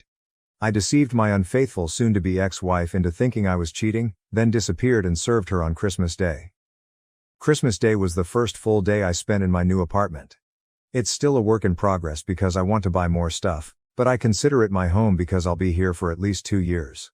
My boys and the eldest girlfriend came over and spent most of the day with me. The girlfriend brought over homemade snacks and made a great lunch. I got to sit down and talk to my sons in a way I hadn't in a long time, which was nice. My big sister also stopped over with additional snacks and hung out with us. It was the first time she had seen her nephews in nearly a year. Having all of them there was extremely beneficial to me because I feel I would have drunk myself to death if I had been alone. Everyone left about 8 p.m., and I decided to go hang out with Joey and his wife Claudia. I hung out with them for a few hours, had a few beers, and then headed home. The next important advancement happened last week, on December 29, 2020. Nina texted me about midday, asking whether I was busy that night. I of course was not, so we agreed to meet after I ended work. She showed up and we went to a diner near where I worked. We're doing indoor eating at 25% capacity in NYC thanks to the Rona, but there's rarely a wait because many of us don't eat out very much these days. Regardless, once we were seated and had ordered our dinner, Nina essentially laid all of her cards on the table. And I knew what was coming. She basically admitted that she had liked me since we were teenagers but never had the opportunity to tell me because Sue swooped in and took me before she could. For context, I've known Nina for 2 years longer than Sue. As previously said, she is the fourth point on my social square, with myself, Oz and Joey. We were the social misfits in high school, raver youngsters who didn't fit into any of the other cliques. Nina struggled with her weight and developed diabetes. She was the heavy-set goth lady who was really cool, but no man ever looked twice at her. However, we have always had chemistry. Nina now works as a personal trainer and yoga instructor. She was the ugly duckling that grew into a stunning swan, if I may say so. Long story short, we decided to start dating after my divorce was finalized, and yes, I slept with her that night. We went back to my new house and had a terrific time. Am I ashamed of having slept with her? Hell no. Nina has been a more valuable friend to me than Sue ever was. That's not to say Sue wasn't my best friend, but Nina has always been there for me over the nearly 25 years I've known her, even standing back from her own feelings to allow me to pursue and eventually create a relationship with Sue. That moved me on a level I did not expect. That amount of selflessness for another person is the essence of true love. I know it sounds like I'm just convincing myself that sleeping with her was the right decision, but it was. And I aim to devote my complete attention to discovering what lies ahead for Nina and me. On to yesterday. Yesterday, I met with my wife and her lawyer to talk about our divorce. It's been 2 weeks since I ghosted my soon-to-be ex-wife. This past Monday, I received a phone call alerting me that Sue's attorney had set a conference with us to discuss the terms of divorce for January 6, 2021, which was yesterday. I met with my lawyer on Tuesday morning to discuss the terms I wanted. Sue filed for an uncontested divorce due to spousal neglect. My terms include a comprehensive distribution of assets, and I will sell her half of the house ownership. She may keep it. We keep our cars in good working order. I keep my Poconos cabin, and under the pretense of marital neglect, she receives no spousal support from me. My 17-year-old son, whom I will refer to as 17 inches from now on, is free to choose who he wants to live with following the divorce, which will most likely be me. So on Wednesday, I arrived at my lawyer's office dressed as Johnny Cash. My wife and her attorney were there, and she looked like a wreck, barely holding it together. I gave her a stern look. I won't burden you with legal language, but her lawyer proposed terms of reconciliation. I dismissed them almost as soon as she finished explaining the contents of the request. Long story short, we agreed on a formal separation that would result in an uncontested divorce. The only modification is that I will pay her $653 per month in temporary spousal support to cover the cost of utilities until she finds work again. Yes, she was fired for messing about with P. He was also let go. I agreed to pay for up to a year after the finalization. I make enough money that it won't hurt me financially if she takes her time looking for a new job, and she has enough savings to last a long time.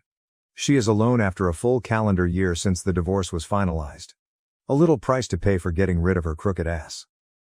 Things will take around 3 months to finish, so provided nothing goes wrong, I should be rid of her by early April. After the meeting, my lawyer said his goodbyes and promised to call me to keep me informed on the status of the filing. Sue followed me down the street pleading, "Can we talk?" I figured I'd provide her with at least that. She remained calm during the discussion but burst into tears outside, apologizing and explaining that she never intended for it to get as far as it did. She explained that she never anticipated falling in love with P, but when she felt I was cheating, she realized how terrible it was to betray her own marriage in this manner. She begged me if I could ever find it in my heart to forgive her, and if we could try again in a few years. She can't imagine her life without me. I advised her to start envisioning it right away because it would be the last time I spoke or saw her. I informed her that 17 inches is virtually a man and capable of making his own decisions about his future. I claim I gave her half of my life and all of my unconditional love, but she, in her own words, fell in love with another man. I will never forgive her. My feelings for her were progressively drained during the months she confided in and confessed her love to P, rather than approaching me and telling me she was dissatisfied with how things were going between us. I told her that I used to love who she was, but now I loathe who she is, and that if I never see her again, it will be too soon. Here we are, on the sidewalk in Midtown Manhattan, with her causing a commotion and weeping her eyes out. A few individuals strolled by, throwing sideways glances, but I didn't mind. I didn't want to disgrace her in public. I'd already wrecked her socially and professionally, but I needed to demonstrate my last ounce of affection for her. I concluded by telling her that I had no regrets about being her husband for the previous 23 years. I despised the fact that, after 23 years, she believed that the simplest solution was the best one. And, here's the kicker, I owe this one to the nice kids of underscore underscore on Reddit, because it came to me only seconds before I said it.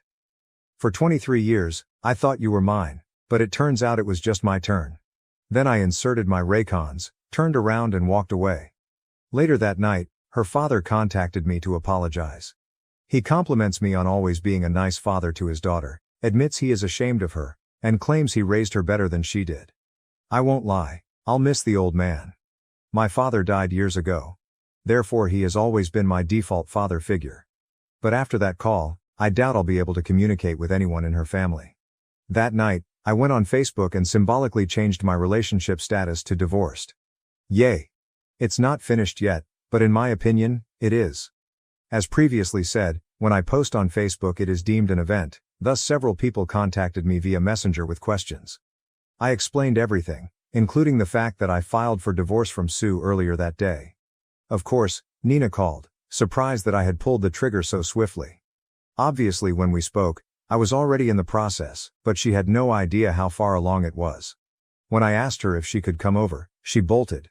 We knocked boots again, but this time she stayed the night. We slept in my bed and spoke till early in the morning, and I haven't felt this relieved and connected in a long time. Nina understands me, and I can't get enough of being with her. She's been the only thing on my mind since she confided in me. Yeah, I know some people may think I'm underscore underscore up for moving on so quickly, but as far as I'm concerned, my marriage ended the day P let Sue touch his pecker, so I'm ready to go on. So wonderful, that is it, that's the end. My divorce is in the works, and I am starting a relationship with Nina. I know I mentioned in a statement to someone that I'd probably never marry again, but that was before Nina told me about her emotions for me, and I can't deny that I feel the same way now. We're planning to take things slowly and won't make any announcements until Sue's divorce is legal and formal. I don't care what happens to Sue. She could move P into our old house for all I care. I'll receive my house payment in 4 quarterly installments throughout 2021, and aside from the $653 I'll deposit directly into her savings account each month, I'll never see or communicate with her again. I am eternally grateful to everyone who has expressed encouragement, support and gratitude. The soon-to-be ex-wife of 23 years attempted suicide last night. The hits keep coming. I've been sitting here for hours and wasn't sure where to put it, but this sub seemed appropriate. So if you're looking for some backstory, check out my post history. I'm not sure how the connection to other subscribers works here, but my previous 2 entries are shown in my profile. Here's a quick version. I found out that my wife of 23 years, 45F, was having an affair with a 27-year-old coworker. We have 2 sons, aged 22 and 17. I created a plan to severely disrupt her life, with the goal of convincing her that I was having an affair of my own. I continued the ruse for more than 4.5 months while gathering evidence of her infidelity, obtaining divorce papers and planning my exit strategy. Slowly moving my personal belongings from our house to a new apartment, getting a new phone and number, separating my half of our shared income from our joint account, and so on. On December 16, 2020, I gathered all of the evidence of her affair that I had compiled, printed it from beginning to end, filed it in 14 binders, packed 11 in gift-wrapped boxes, and mailed it all to the most important people in her life, as well as her HR department, with an ETA of December 22, 2020. On Christmas Eve, while she slept, I took one of the remaining 3 binders and repeated the process, but this time I glued the divorce notice to the inside cover and placed it on my side of the bed. Mind you, she had her affair there several times, along with my old phone and my lawyer's business card. I shadow ghosted her. Her life fell apart during the next 4 days. Her family had effectively excommunicated her. Her friends, who were uninformed of the affair, shunned her, and my mother reprimanded her, calling her the most vile and derogatory insults you could imagine. Her lover and she were both put on administrative leave and eventually fired. We had our divorce hearing last week and agreed on a formal separation that will result in an uncontested divorce, subject to a few requirements for transitional income because she is still unemployed. I'll pay for the utilities, $653 per month, until she finds a job or until 1 year after the divorce is finalized, which is expected in 3 months. She keeps her home, car, and half of the marital assets. I keep half of the assets, which include my car, motorcycle, boat and vacation house, a cabin in the Poconos. Following the hearing, we had one final conversation in which she attempted to excuse her infidelity and pushed me to give her another chance once the divorce was finalized. Of course, I said no, told her some harsh words, and walked away forever. This brings us to last night. Only my closest friends, 2 boys, elder sister and mother have my new contact information, and I have completely blocked my soon-to-be ex-wife from all social media platforms. She has no way to reach me since I left her on Christmas Eve, but several of our mutual acquaintances do. Last night, I was sitting at my apartment when I received a voice call notification on Messenger from one of those friends. She was one of the only people who didn't forsake Sue after the affair was uncovered. She did not waste time responding to my message. She informed me that she had gone to check on Sue, my soon-to-be ex-wife, and discovered her passed out in the bedroom, foaming at the mouth with 2 empty pill bottles beside her. Sue was in the intensive care unit, in critical but stable condition, and the doctor anticipated she'd recover. Sue had pleaded with me to come, and her parents and 2 sisters were also hospitalized. My guess is that they were notified after the hospital attempted to tell me, but Sue was still using my old phone number as her emergency contact. I merely told her friend, no. Sue is no longer my problem. And that she had clearly decided to take the easy way out rather than face the sorrow and misery of ending her 23-year marriage. I then told her friend that if Sue's family was present, they could help her pick up the pieces, but as far as I'm concerned, there is no Sue and I anymore. I ended the call. I slept on it for a few hours, and my sons called me this morning to find out what occurred. I answered yes, and I told them both that if they wanted to be there to support their mother, I wouldn't judge them for it. She is their mother after all. But I made it clear that I no longer cared what she did with or to herself. They were both taken aback by this, but they acknowledged my position. However, now that the news of her suicide attempt has spread, many of those who abandoned her are coming forward and telling me that I need to be there for her. That regardless of what she did to me, I should assist her in her time of need. I also discovered that her affair partner tried to pay her a visit this morning but was denied permission because he is not a family member. I am being pressed to go see her, but I no longer care about her. I haven't for a long time. I emotionally checked out during the process of collecting my revenge for her betrayal, and I still don't care what happened. Actually, it makes me dislike her even more. She is the one who was unfaithful. She is the one who, after a nearly year-long affair with a man barely 5 years older than our oldest child, decided it was worth jeopardizing 23 years of marriage. And now that she has to face the consequences of her actions, she adopts the most selfish approach. Even though she is expected to survive, she has managed to evoke quick sympathy from people who condemned her weeks ago. Meanwhile, I'm portrayed as the angry ex-husband who refuses to sympathize with her, at least by the bulk of her family. Her father, on the other hand, called me and supported my decision to stay away. I feel as if I never truly knew this woman. After 23 years, it has finally happened. Yes, I get that the way I ended things with her may have left her in a horrible emotional condition, but a whole new bag of worms has opened. Either she had a catastrophic mental breakdown and tried suicide, or she engaged in an extremely risky and deliberate ploy to regain favor with individuals who had only weeks before scolded her for abandoning me. She cheated on me and is now the victim?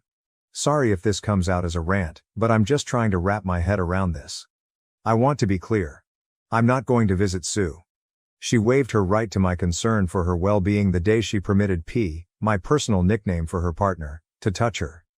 This may come across as cruel, but despite my cool, calm and collected exterior throughout the event, my emotions remain raw. But I do not care about this woman. I haven't in a very long time. I am aware that I will be despised by a number of people here, but I do not mind. Think of me any way you choose.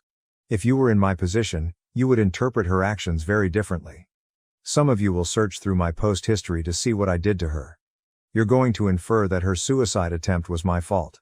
That tricking her into thinking I was cheating on her when she was actually cheating on me, and then destroying her socially and professionally, was the catalyst for her breakdown. Maybe it was. Maybe I am a callous sociopath. However, as Arthur Fleck famously said, you get what you quite deserve. I devoted half of my life to this woman, doing all in my ability to be the finest husband possible. She admitted that I had no influence over her decision to leave our marriage. She did it for herself. Her selfishness knows no bounds, and I'm relieved to be free of her. If that makes me a bad person because I refuse to visit her and never intend to engage with her again, so be it. I stick to my beliefs. She decided to deceive me. She decided to prioritize her needs over our marriage. So now it's my turn to prioritize myself above all else. I don't mind if she perishes in the depths of hell. Allow people to help her self-improvement. My dedication to her well-being ended when we signed the separation agreement. I simply needed to get this off my chest. If you're going to judge me for how I feel, save it. As I have indicated, despite 23 years and 2 children, I never fully knew this woman. I have no sympathy for her, and never will. Sue's father informed me that she had been transferred from the ICU to the mental health ward. The doctors are still keeping track of her mental health. She is alert and intelligent again, but definitely sleepy. Her father told me she asked if I might come to see her, but he declined. She turned off after that. He gently remarked that he would only provide additional information if I questioned, as he was aware of my mental state. I've also scheduled counseling for my son, who is 17 years old. His first consultation is this coming Monday. Update. The aftermath of my soon-to-be ex-wife's suicide attempt.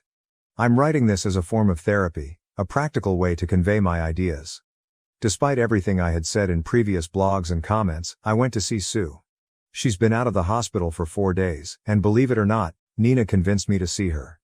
Nina explained that the only way I'd be able to let go of my dislike for Sue was to see her one more time in her fragile state.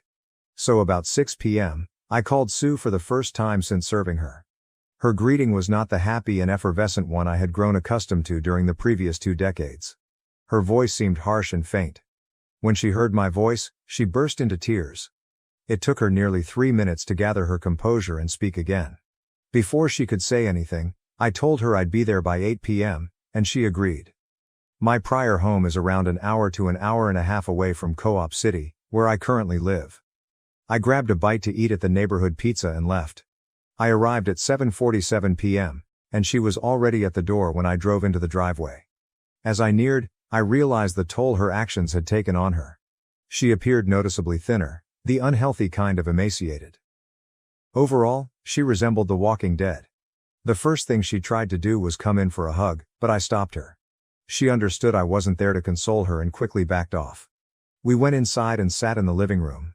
Sue almost immediately told me that she wanted to be transparent about everything.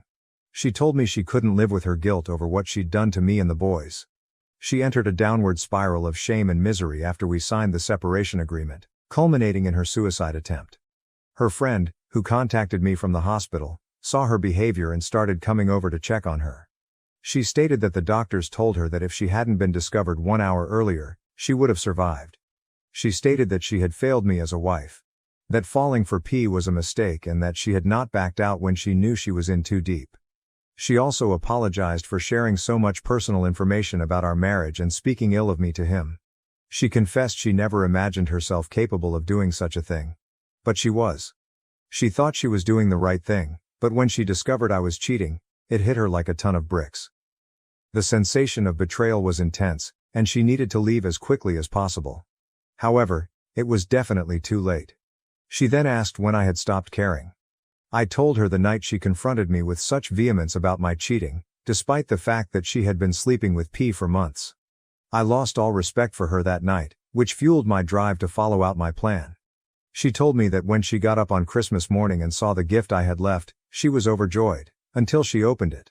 When she realized what it was and how much I knew, she went wild and hasn't entered our bedroom since. She desperately tried to find out if anyone knew where I was, but when she went to Facebook to ask, she was scolded by friends and family for her actions. She wasn't sure how everyone knew so quickly. That's when I informed her about the remaining binders. Her shocked look was priceless. It dawned on her that I had orchestrated everything she had gone through. Her friends turning on her, her family humiliating her, and yes, even her job loss. It was all my fault. She simply fell silent and turned off after that. When I went to use the bathroom, everything was in disarray. The mirror was broken, her skincare supplies were all over the place, and the tub appeared to have not been cleaned since they took her to the hospital. When I returned to the living room, she put her face in her hands, crying.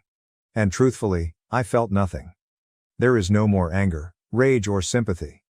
They say that apathy is the polar opposite of love, and as I looked at her, I felt exactly that. She looked up at me and murmured, "I messed up everything. I harmed us, and I don't know what to do. I can't do it by myself." I told her she had her family, the person who discovered her, and our sons, but not me. She would never do this again. I told her I came to give her closure after the pain she had put herself through, but as I walked out that door, I never looked back. P showed up shortly after. She informed me that he contacted her 2 days earlier. They spoke for a few hours, and she advised him to move on with his life, meet a younger woman and forget about her. Sue spent the remainder of the conversation apologizing for betraying me and asking, "Is this really the end?" Without hesitation, I looked her in the eyes and said, "Yes." It had ended long before I served the divorce papers on Christmas. I assumed it was my indication to leave. There were no further words exchanged since what else could be said. I left her on the couch, closed the door behind me, got in my car and drove home. It's 2:56 a.m. when I write this. I needed to convey it while it was still fresh in my mind. This concludes the Sue saga.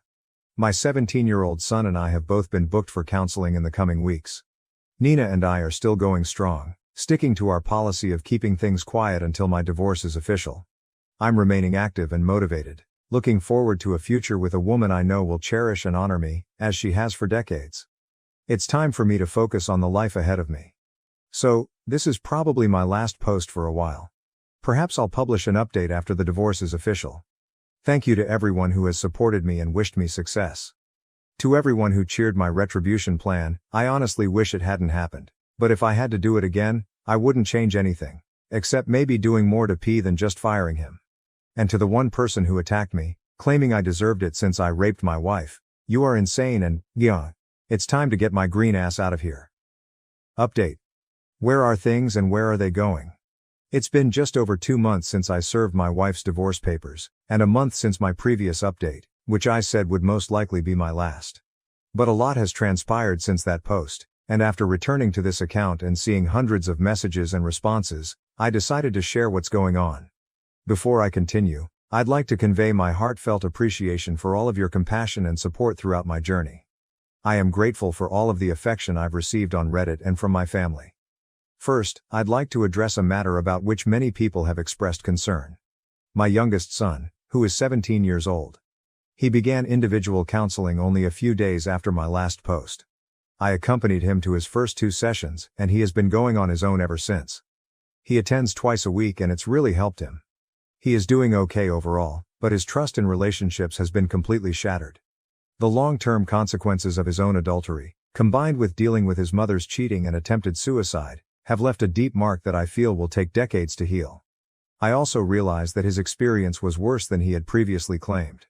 He discovered his ex-girlfriend making out with someone he thought was a friend, but who had only approached him to get to her. He never told me about this aspect of his breakup. My heart aches for my son, who has had to go through this at such a crucial point in his growth.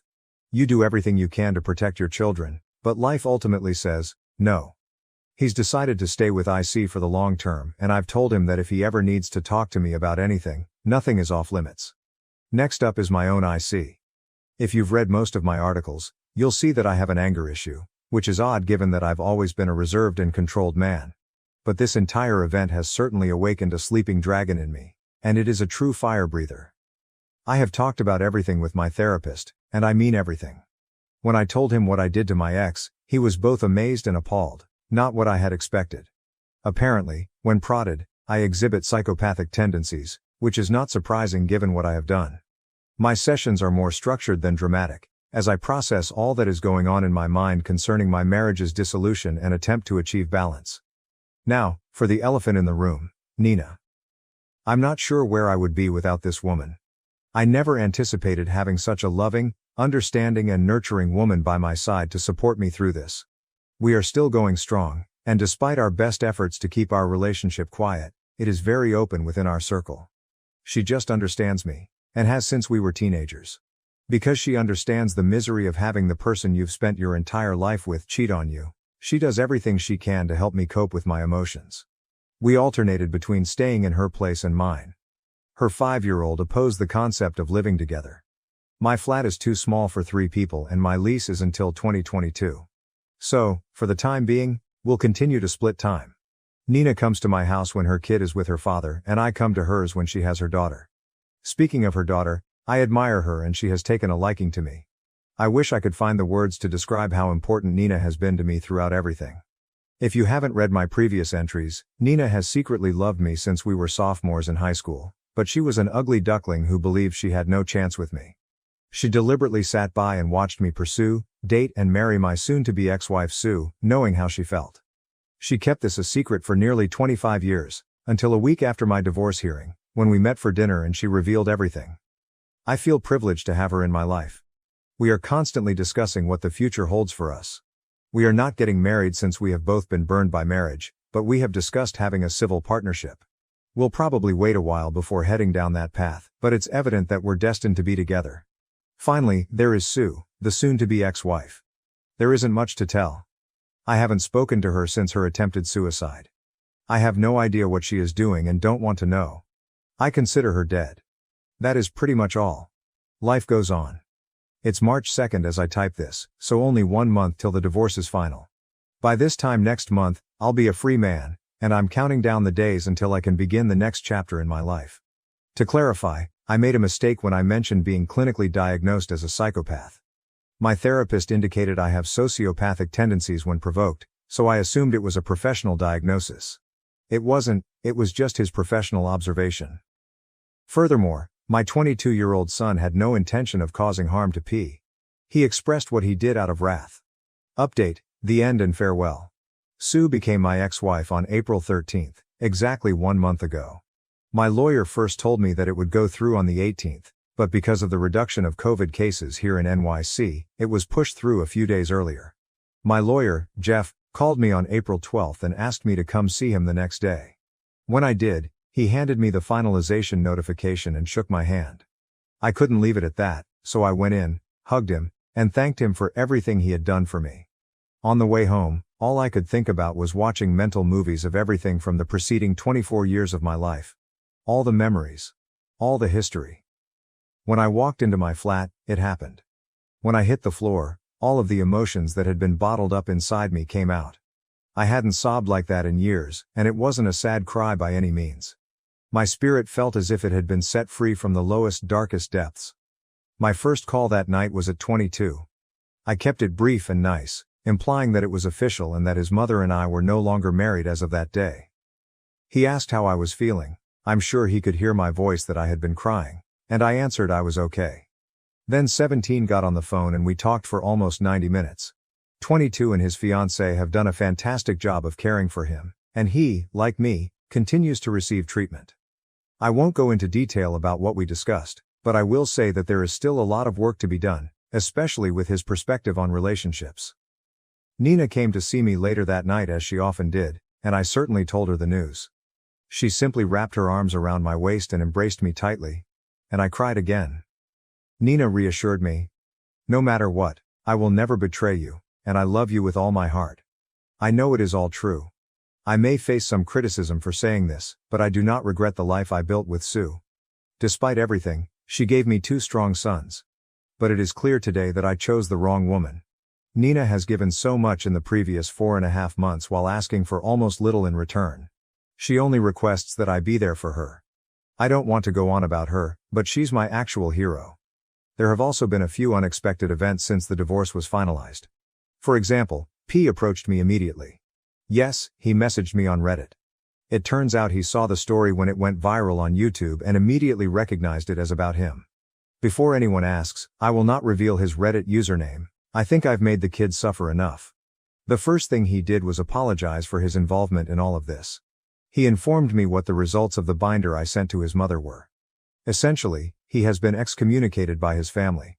His mother, as I discovered while plotting my retribution, is a devout Catholic woman, the in church 3 days a week, no mea patria spiritus sancti, type of devout.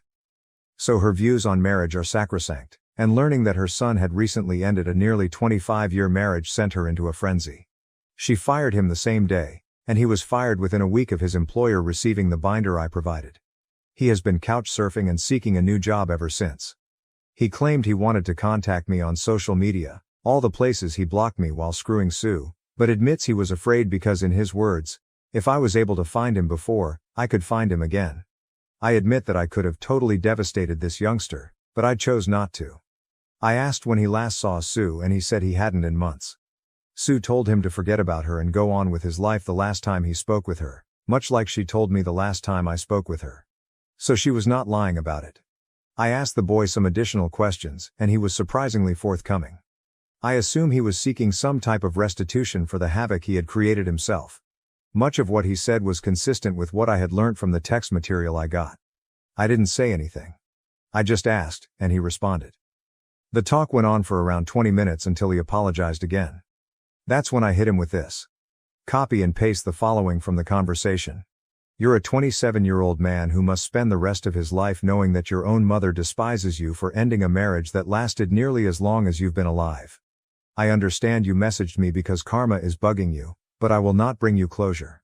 When I was 27, I was building a legacy. You are currently a homeless, unemployed homewrecker. If you are intelligent, you will gain from this lecture. If you are not, you will be a disaster until you reach my age, assuming you live that long. I wish you luck, but you don't need it. You should get your act together. I completed our talk and blocked him. Clearly, this was not the kind of closure he was looking for. And I could have been much more harsh, but I believe those statements are enough to haunt him. The next significant event is Nina's transition into Mrs. Frog on May 4, 2021. Over the last 2 months, we've had extensive discussions about where we want to go. Nina made it abundantly clear that she has no intention of ever being with anyone other than me, and she desires my namesake.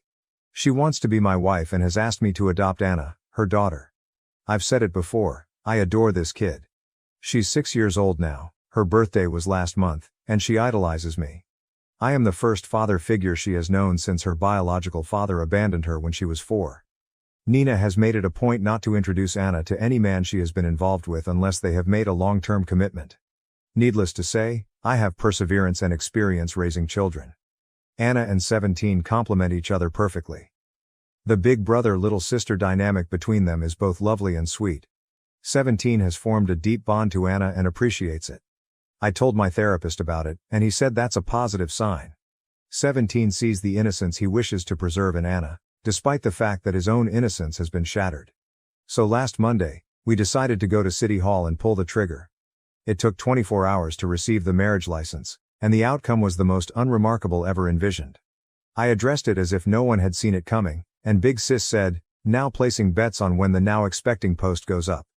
We thought we were keeping our relationship a secret for months, but practically everyone figured it out.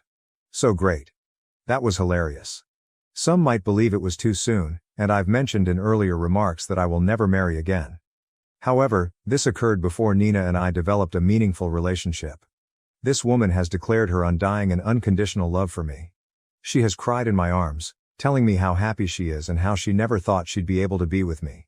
She's gone into great detail about her feelings for me throughout the last 25 years, and how even while married, she mourned the idea that Sue won. I had no idea how deep that rabbit hole was. She even said that she had pondered having an affair with me, but she was never that type of person. Even still, throughout all the years I've known her, she's given me so much while expecting so little in return. Even the woman I married and had 2 children with has never shown me as much affection as Nina does. I'd be silly not to tell her my name. So now she has it, and we are beginning the paperwork for me to adopt Anna. Finally there's Sue. I haven't spoken with her since my last visit to our marital home 4 months ago, although mutual friends, the ones who remain, send me updates on a daily basis. I learnt from one of those acquaintances, a realtor, that she sold the house and was recruited as a clerical assistant at his company. In doing so, he cancelled the assistance payments I was required to make due to her unemployment. She currently lives in a little apartment near his office, which he also helped build. She is still functional, but she is a shadow of the woman she once was. She has acquired little weight and keeps to herself. She comes in, does her work, and rarely interacts with anyone other than him. Most likely since her work-related socializing is where it all started. The last time I heard from her was at the end of March, when I thanked him for watching out for her but advised him that I didn't need any further information. She's no longer my problem. I'm almost certain she knows about Nina and myself, as numerous of our surviving common friends have mentioned us. With 17 just a year away from becoming a legal adult, I have no need to speak with her again, and I won't. And that's it. My journey through betrayal, vengeance, attempted suicide, and mental pain is complete. I'll answer questions and leave a few remarks, but after that, I'm returning to the swamp to live with my new frog bride and her tiny tadpole. Thank you to the thousands of people who have offered me advice, best wishes and compliments during this process. The opportunity to tell my story and help others dealing with the pain of infidelity has humbled and blessed me. I enjoy the new friends I've met on Reddit. I never imagined meeting such attractive people in a place where blatantly negative things might be spoken. Keep it green and pleasant. Reddit. I took a DNA test and discovered I'm 23% related to my husband. Our marriage is now shaken by an unexpected family connection. Original post.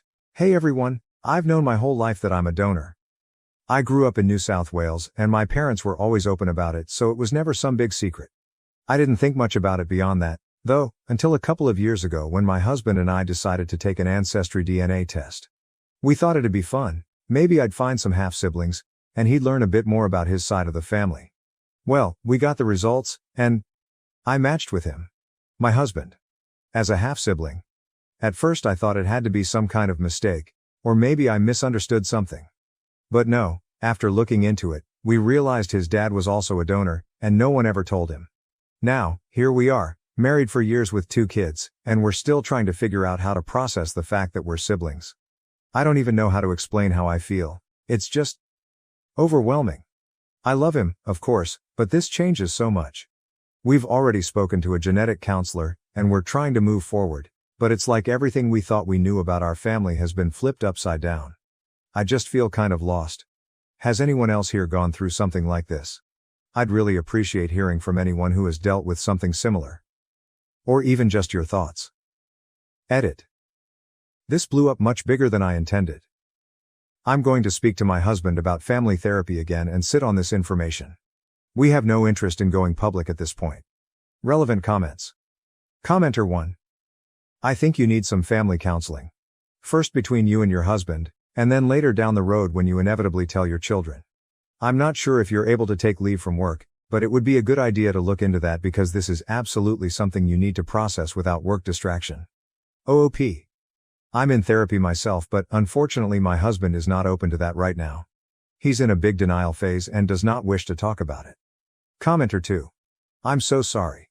This was bound to happen somewhere in the world, at some point, given the current unregulated fertility industry that puts profits above the rights and interests of the donor-conceived child.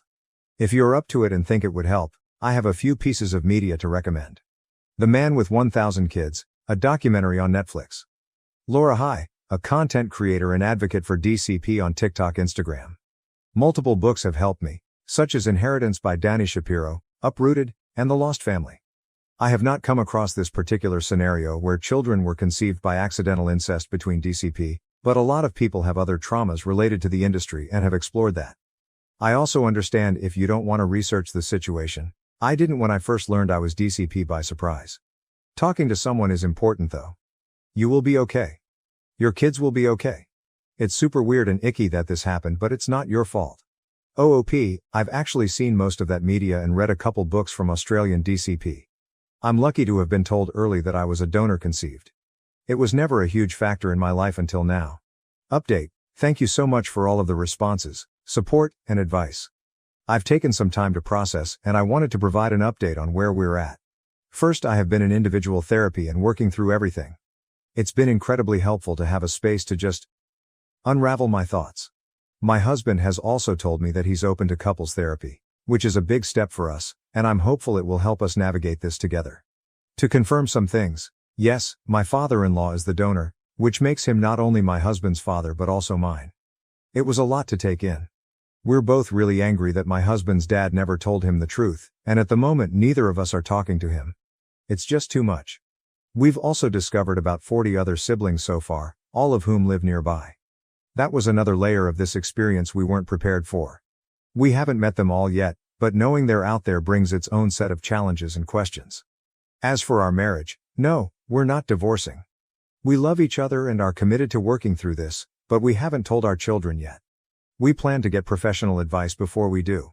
This isn't something we want to rush into without understanding the best way to approach it for their sake.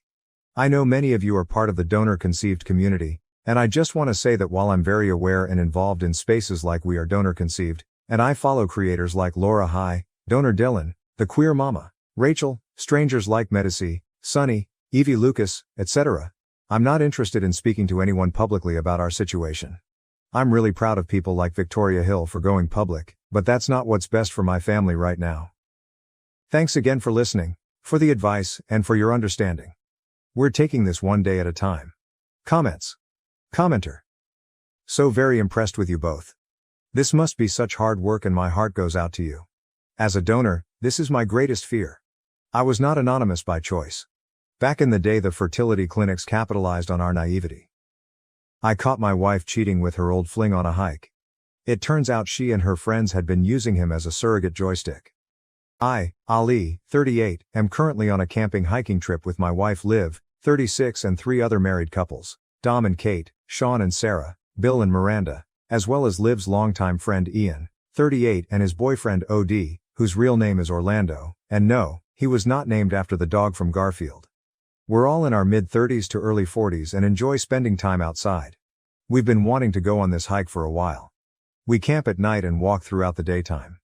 Everything was great until early evening on the 3rd day of our 8-day journey.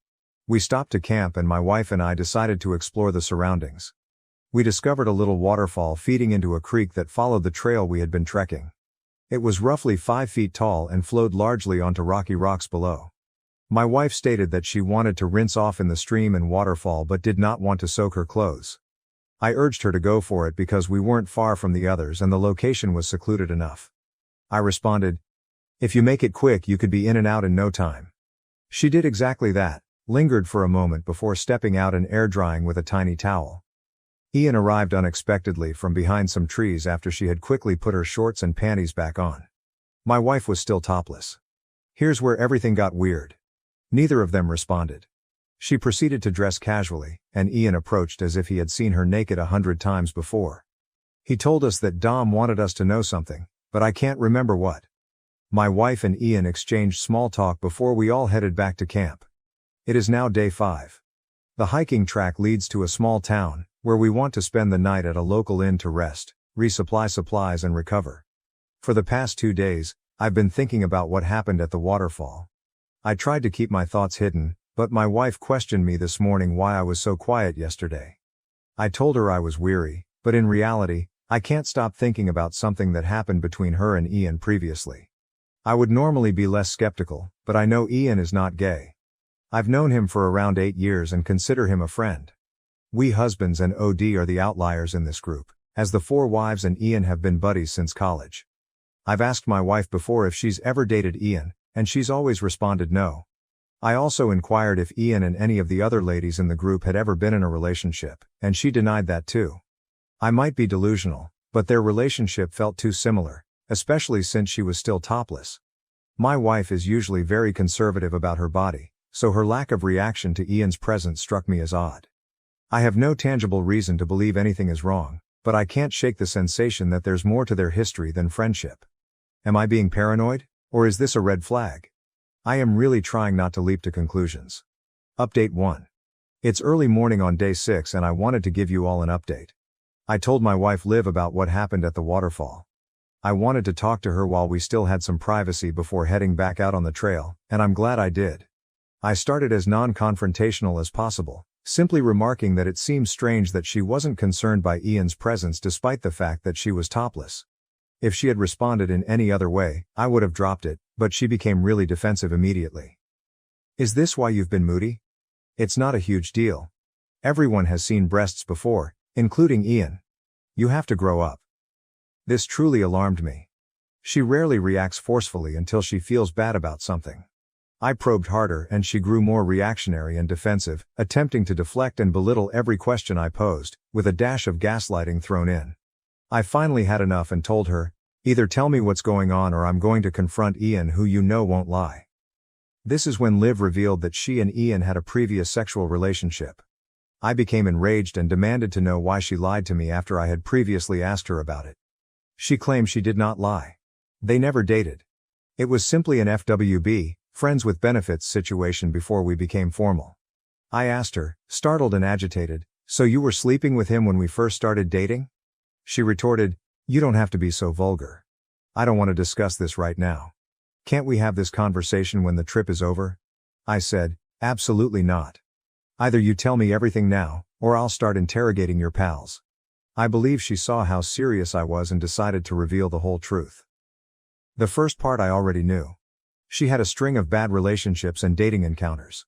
Liv ascribed a large portion of this to not getting to know the other person before leaping into bed with them. When we started dating, she asked if we could take it slow. I accepted since I was also seeking for something unique and I was extremely intrigued in Liv. She said I could date others until we chose to be official, but I told her I didn't want to date around and preferred to focus on one relationship at a time. She stated it made her really happy. Then she divulged something that would shock everyone if it became public. Liv, Kate, Miranda, and Sarah all had comparable FWB situations with Ian while dating their current husbands. Kate, who is now married to Dom, became fed up with dating the wrong guys shortly after graduation.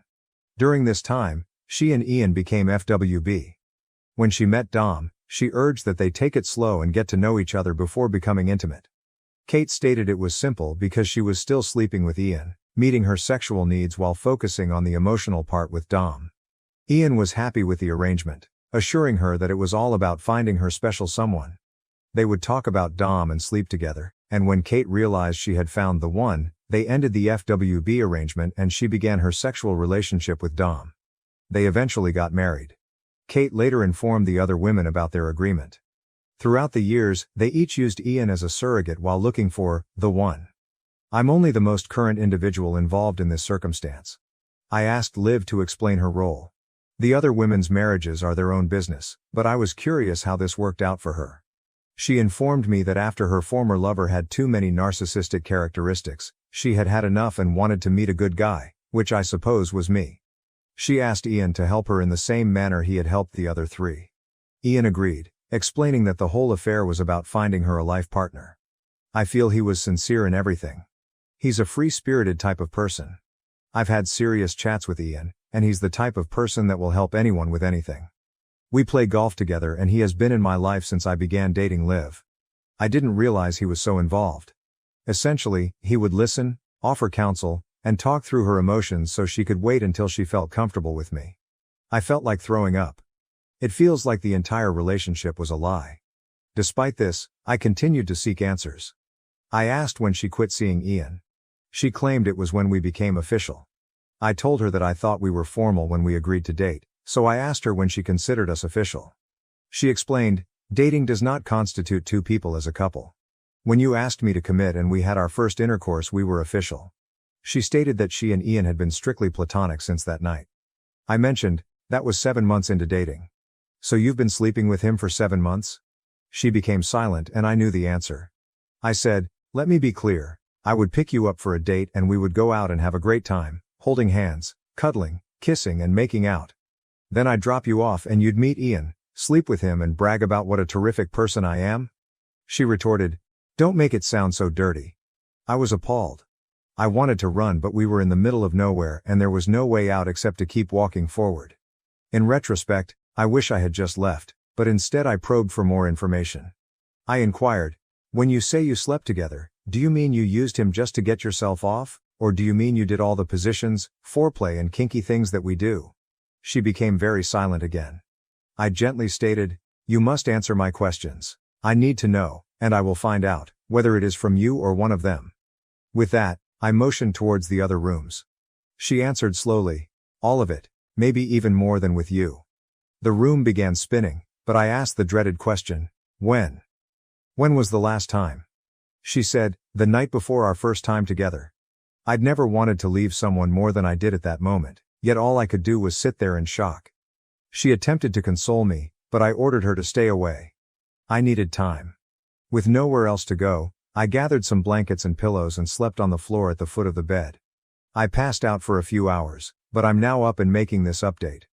I want to march out of here, but there's a 12-passenger van at the end of the route that I don't have the keys for. I'll have to stay with these people for another 2.5 days, with another half-day travel back. I do not know what to do.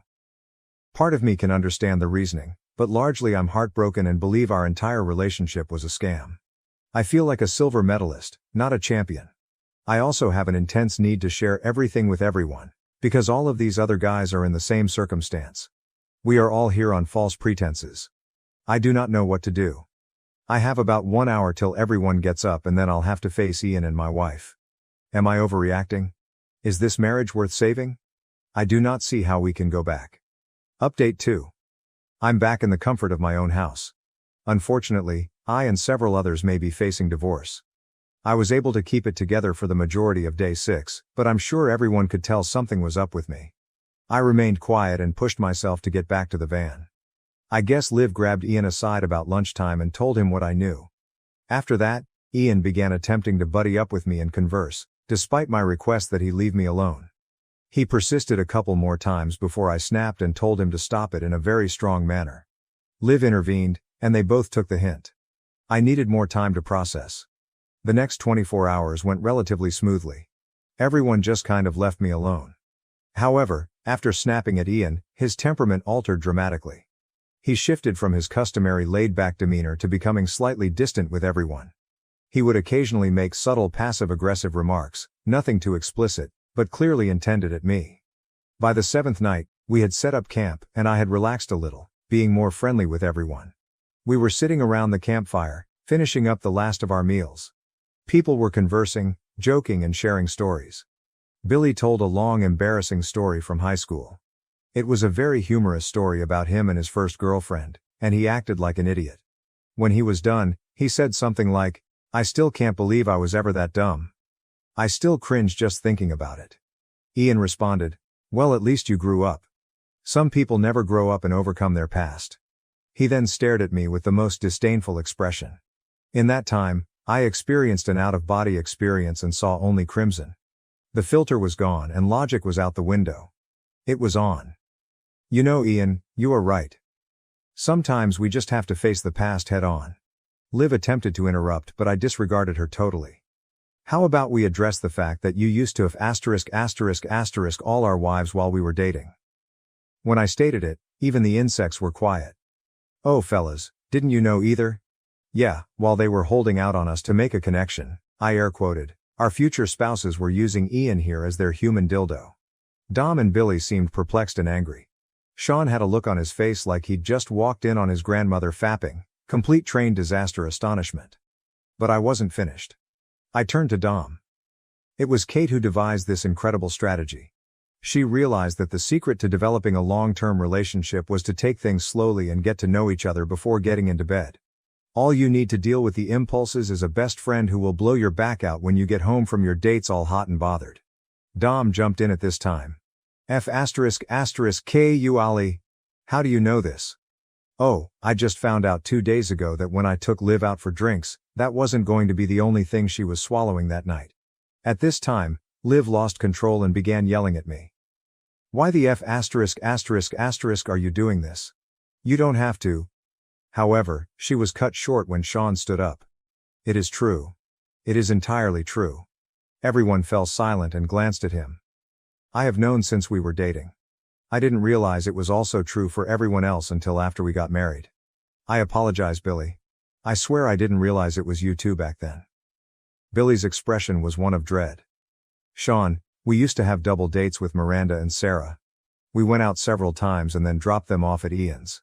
Does that imply they—" Sean simply stared at him and nodded. I quickly turned to Ian. "Two at once, you hound dog." Then in a fit of bravery, I howled like a wolf. Which in retrospect is pretty terrible, but at the time, I thought it was funny.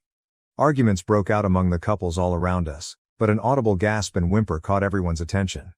OD sat there, tears spilling down his face. He looked at Ian and said, "Lies. More lies. It never ends. You always do this to me, no matter how much I forgive or how many times I return your affection." He then slapped Ian and bolted down the trail. Ian ran after him. The other 3 couples mumbled under their breath at each other, then began walking away in different directions. I stood beside the fire, feeling triumphant. Liv approached me and said, "I hope you're happy." I looked her in the eyes and replied, "I've never been more ****ing happy with myself in my whole life. I'm currently 80/20ths on obtaining a divorce." I suggested we postpone any major debates until we were home, unpacked, showered and nourished, because the only thing she would achieve before then is push me to my limits. At that instant, she turned and entered our tent. The following day was the most embarrassing 7 hours of my life. Between the morning pack-up, the hike to the van, loading up and the 4.5-hour journey home, only around 19 words were spoken. Now I'm sitting in my bathroom, newly showered. I'm going to eat some chicken nuggets, drink 3 Dr. Peppers and then converse with my wife. I'm not sure where we're headed from here, or where anyone else will wind up, but I know it won't be pretty regardless. Update 3. It's been 4 weeks since we returned from our trip and everything seems to have crumbled. Dom and Kate are getting divorced. They have been together the longest of the couples and have a 10-year-old son. Dom took the revelation quite hard. In addition to being together the longest, they also had the longest courtship period, 9 months. It's been a difficult pill for him to chew because he remembers they didn't truly got intimate until he began to wonder if he wanted to stay in the relationship. Now that he knows the truth, no matter what Kate says, he will always believe the delay was due to her desire to continue being with Ian. I sat down with Sean and had a couple beers one night. Despite the fact that we just met through our wives, we've been very close friends over the years. Sean stated that Sarah was straightforward with him when they began dating. She informed him she intended to wait at least 3 months before having sex, but that she would still meet with her FWB. Sean liked her but told her he was simply casually dating until he knew for sure, which Sarah was fine with. So, unlike the rest of us, Sean had a clear decision. Sean discovered he was falling for Sarah 2 weeks before the 3-month period ended, following a few double dates with Billy and Miranda. He informed her he wanted to be exclusive. She broke the 3-month limit and they became intimate that night and haven't looked back. Both were completely honest about their adventures at this time, and it appears that their candor paid off handsomely. Sean informed me they had a brief dispute after the campfire incident because Sarah felt they should have excused themselves rather than getting involved, but they are doing well as a couple overall. I've also got an update on Billy and Miranda. They are in the initial stages of reconciliation. Billy is clearly and understandably struggling. He believes she cheated and uses words to excuse it. They dated for 6 months before getting married, and they have 3 children under the age of 7, so they both believe they must try to make it work for the kids. Billy's toughest challenge is recalling dropping both Miranda and Sarah at Ian's on 2 consecutive occasions, knowing she had a threesome arranged. It reduced him to a shell of his former self. Miranda appears to have attempted to explain that they only did something on one of those nights, and it was more akin to a reverse train than a full threesome. Once again, semantics are used as an excuse. Sean assures me Miranda is speaking the truth, because Sarah was the second party and acknowledged it wasn't a true 3-way. But honestly, does it matter? Ian reached out to apologize. I told him to F*** himself, then blocked him. OD also reached out. I guess my revelation was the final straw for him. We have actually talked quite a bit over the last few weeks. We actually talked a lot over the course of a week, despite the fact that we had previously merely been cordial acquaintances. It turns out that Ian and OD had been on and off for 15 years. Ian presents a laid-back, selfless appearance to everyone else, but OD knows him to be incredibly self-centered and manipulative. Ian frequently breaks up with OD for brief periods of time or claims they are on a break so he can do whatever he wants without being labeled a cheater, only to return once he has had his pleasure. Looking back, OD sees that at least 2 of these breaks occurred during these dating situations. However, OD is the most upset since he has tolerated it for so long and has given Ian numerous opportunities. He says this was the final straw. He's returning to Santa Barbara and leaving Ian and the cold, nasty Midwest behind for good. Despite our exhaustion after the hike, Liv and I had the longest chat. I informed her right away that I was not interested in arguing, disputing, or anything like that. I said, "Tell me everything you want to tell me. I will not interrupt or ask questions until you finish, then I demand the exact same courtesy." She agreed. Her letter was filled with apologies and explanations. She would admit it was wrong, then explain why it was okay or point to a positive conclusion. She expressed her disappointment and hurt with how I behaved at the campsite, but she also realized that Ian deserved equal culpability for poking the bear. When she finished, she asked if I had any questions. I replied, "No." And then I began. I informed her that our entire relationship is based on false pretenses. I can see where you were coming from and why you tried the entire FWB thing. Your 3 best friends did it and scored excellent husbands before you. But on some level, all 4 of you had to understand that starting a relationship like this was wrong. It was tremendously distressing to learn that you were sleeping with someone else while we were getting to know each other, and I believe it impeded the natural progression of our relationship. I added, it has significantly altered my memory of our early days together. Do you remember that fantastic day we had approximately 4.5 months into our relationship? We spent the day together. It finished with us back on my couch, kissing, your shirt off, and me caressing you over your shorts. It was getting quite hot. You paused and apologized, stating you wanted to but weren't quite ready. You needed to be absolutely certain. I assured you that everything would be fine, and you gazed at me affectionately, kissed me passionately, and then departed. I stopped before saying, I can only guess you left my place and went to Ian's. As she nodded, tears streamed down her face. I said, I invested that energy in you. You chose to give it to someone else rather than returning it to me. I might have been able to get over this if it had ended in the first or second month, when we were more relaxed. But after that, we spent a lot of time together and you maintained your relationship with him until the day before we became official. You enjoyed having us both. You did whatever mental gymnastics were required to justify it to yourself. I told her, you may not realize it, but this last portion is the toughest part of it all for me. Learning that you were far more adventurous and exciting with him is like a dagger to the heart.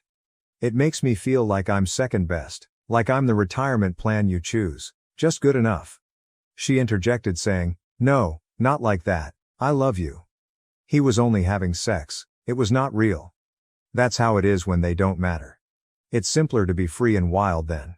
And so on.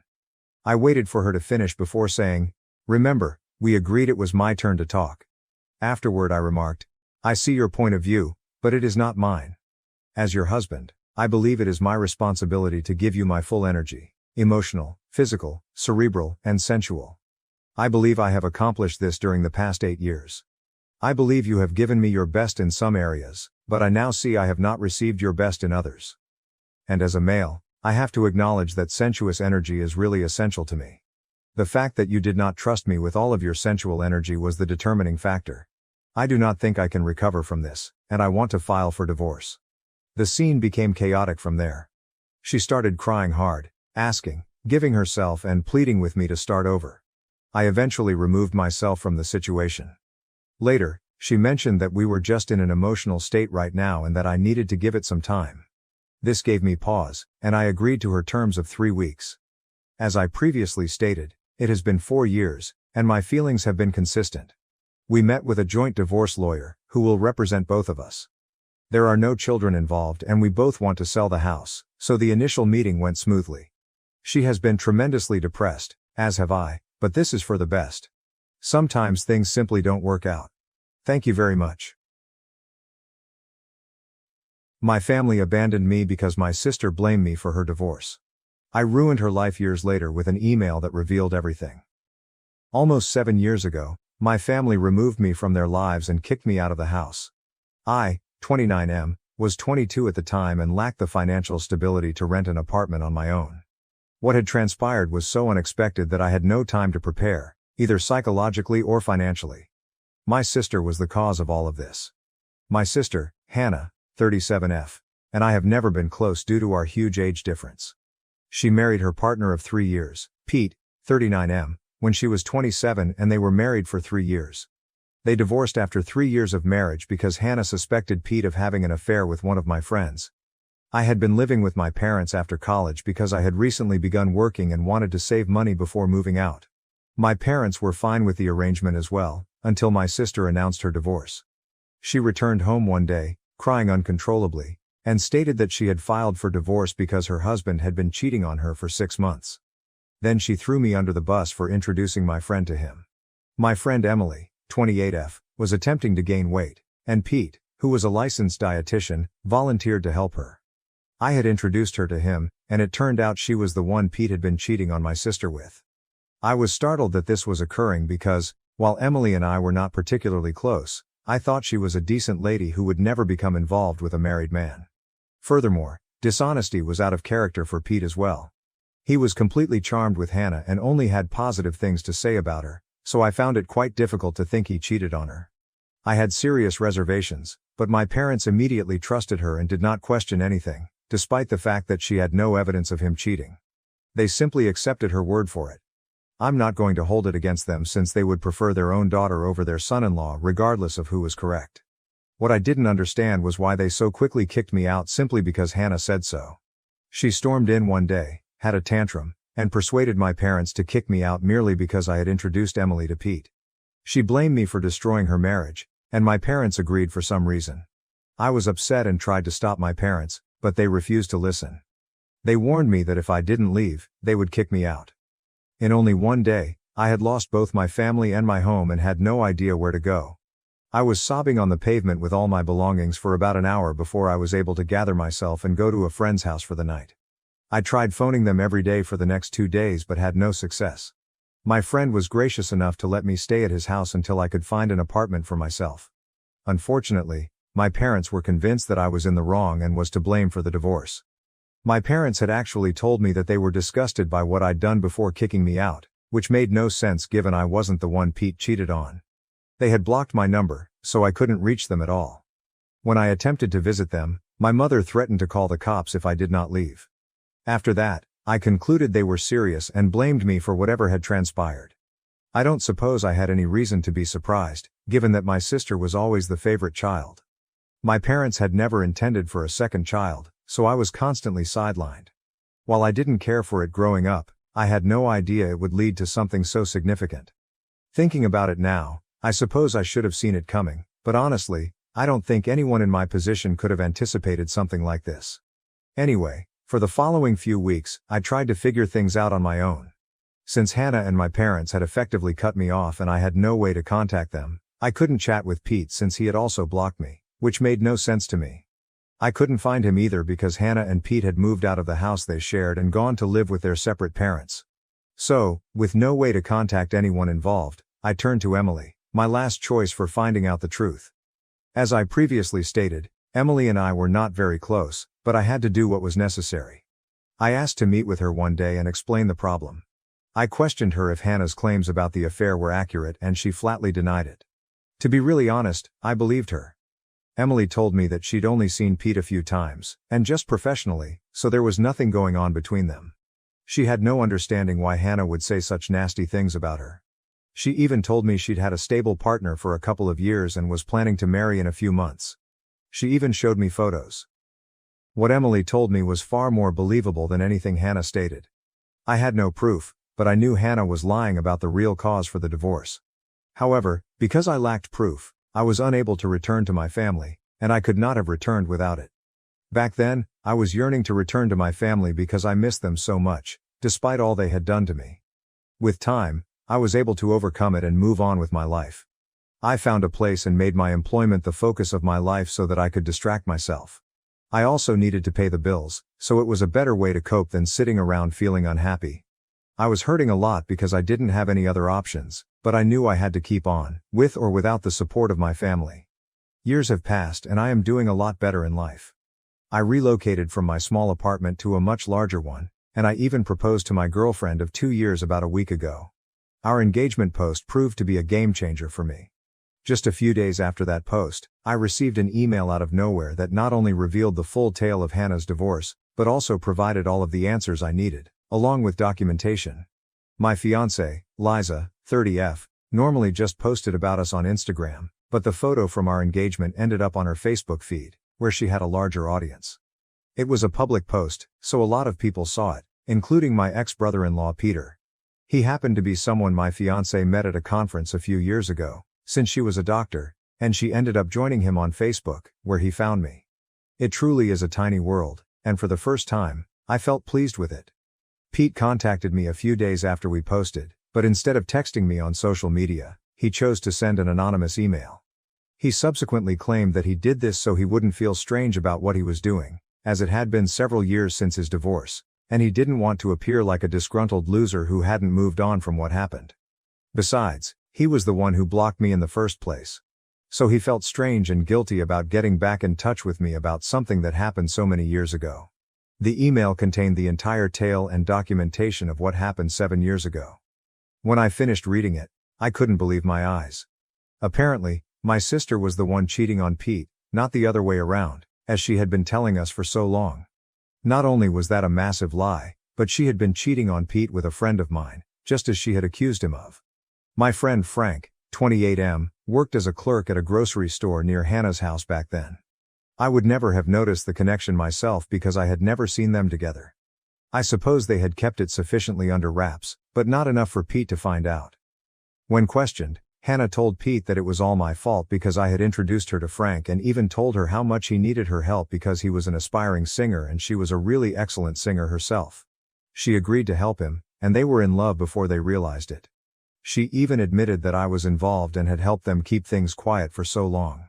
All of this was obviously a fabrication, and I had no idea Frank and Hannah were up to anything. Pete was enraged when he found out and blocked my entire family, which he now admits was idiotic of him. However, he was so enraged that he didn't think much about his conduct. Of course, he told me all of this in person because the email was designed to be as impersonal as possible. He did not want it traced back to him, but I figured it out. He had provided copies of emails between my sister and Frank in which they discussed how easy it was to dupe Pete. The emails were filled with declarations of love and plans for where they would meet next. Hannah couldn't refute any of this because she signed off on the emails with her middle name, which few people were aware of. I had her dead to rights.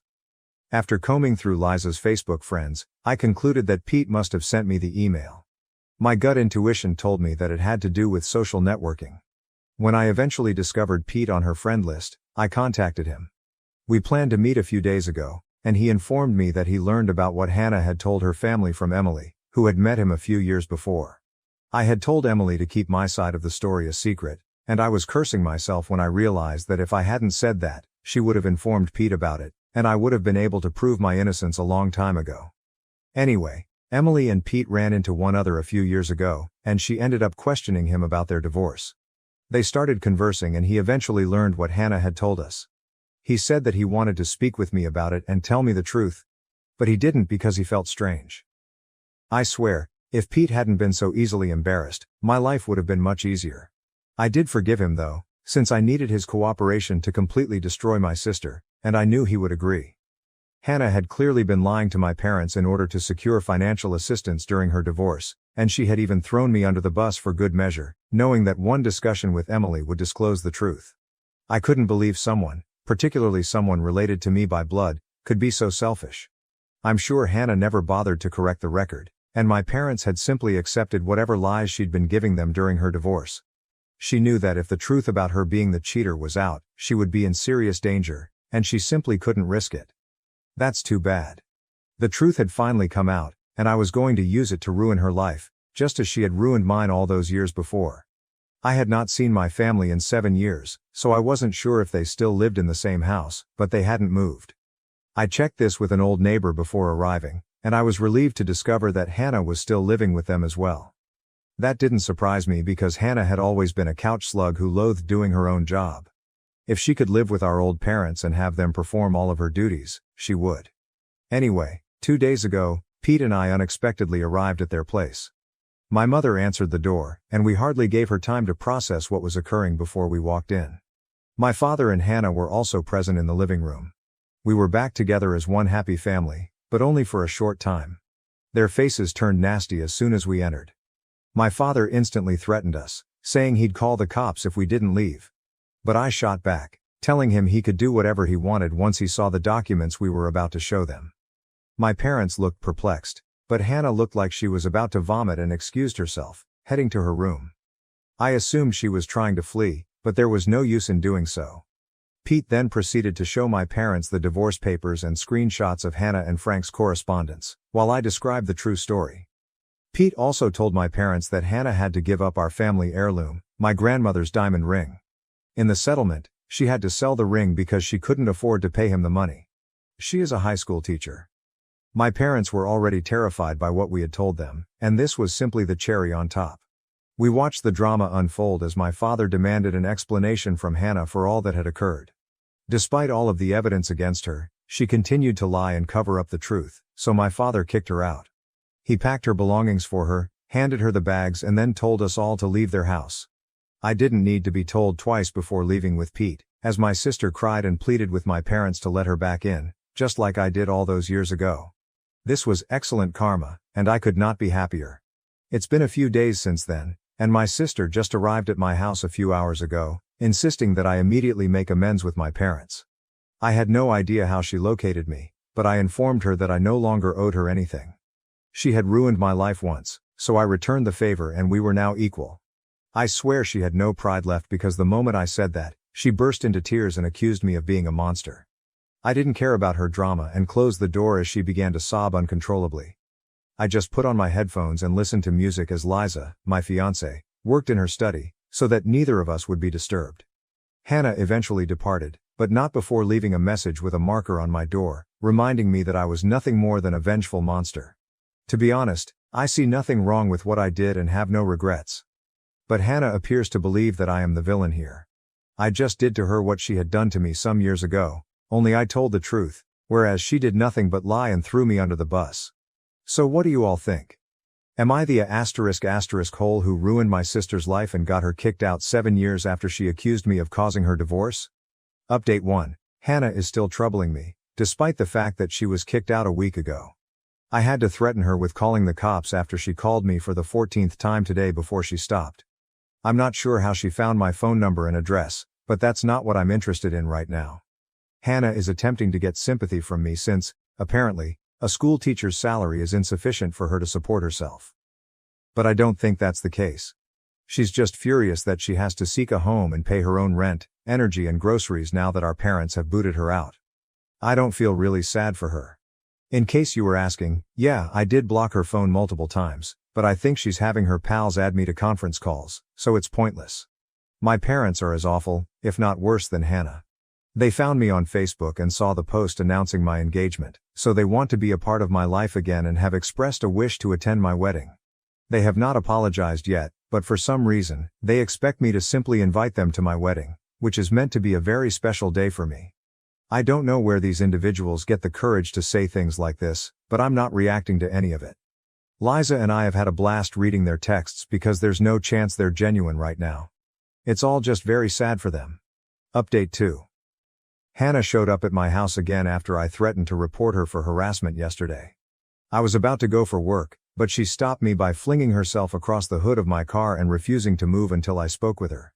It was really frustrating, so I ended up contacting the cops this time. They carried her away while she yelled and wept, attempting to paint me as the evil guy. But nobody believed her sad girl play. It took some time to file charges against her, but once I did, I left for work since I didn't want to let this minor incident spoil my day. I was confident that my parents would bail her out because she was their favorite, and I was proven correct. After getting her out, my parents texted me a lengthy message about how I was being far too harsh on them for an honest mistake they made nearly 10 years ago. It was comical since nothing about what my sister and dad subjected me to was either honest or incorrect. They knew exactly what they were doing and were fully aware of how nasty they were. Despite the fact that I had nowhere else to go, they nonetheless sent me out on the street. So now that I can do the same to them, I see no reason to be forgiving or compassionate. I texted my parents back, telling them that they had lost the right to tell me what I could and couldn't do years ago, so they should stop fooling themselves. I have not blocked them yet because I haven't had time to check my messages, but I will shortly. Hopefully, I'll be free of this entire family for good. Update 3. I just got home from work and checked my social media, only to discover that my folks had sent me yet another lengthy message. Liza and I went through it together, and I swear it was the funniest thing I had ever read. I suppose the poor people are unaware that nothing they say or do today will cause me any harm. I am just giggling at how delusional and sad they are. Apparently they still consider us to be family, and they have taken Hannah back in. They've decided that both of their children need a second chance, as if I've ever done anything wrong. So while they have welcomed my sister back in, they also expect me and Liza to come to their house shortly for dinner so that we may settle our disagreements civilly before the wedding. It was bold of them to think that I would want them at my wedding in the first place. We got a good laugh at their dumb message. After that, I wrote back, indicating I had no interest in anything they had asked us to. I was content living away from them, as I had for the previous 7 years. They had shown me that I was better off without them, and I would be eternally grateful for that. I didn't need them anymore, and I didn't want their supposed forgiveness. They may continue to play happy family with my sister as they had done so far. With that last text, I blocked them for good since I no longer wanted the chuckles. I was done, and I was leaving. I'm sure they'll try to contact me in some way soon, but unfortunately for them, I'm done with it. Liza is the only family I need for now, and I'm content with just her. Unfortunately, my dad and sister have never been able to think beyond themselves, and I doubt they ever will. So the next time they contact me, they will speak with my lawyer, and that is a commitment.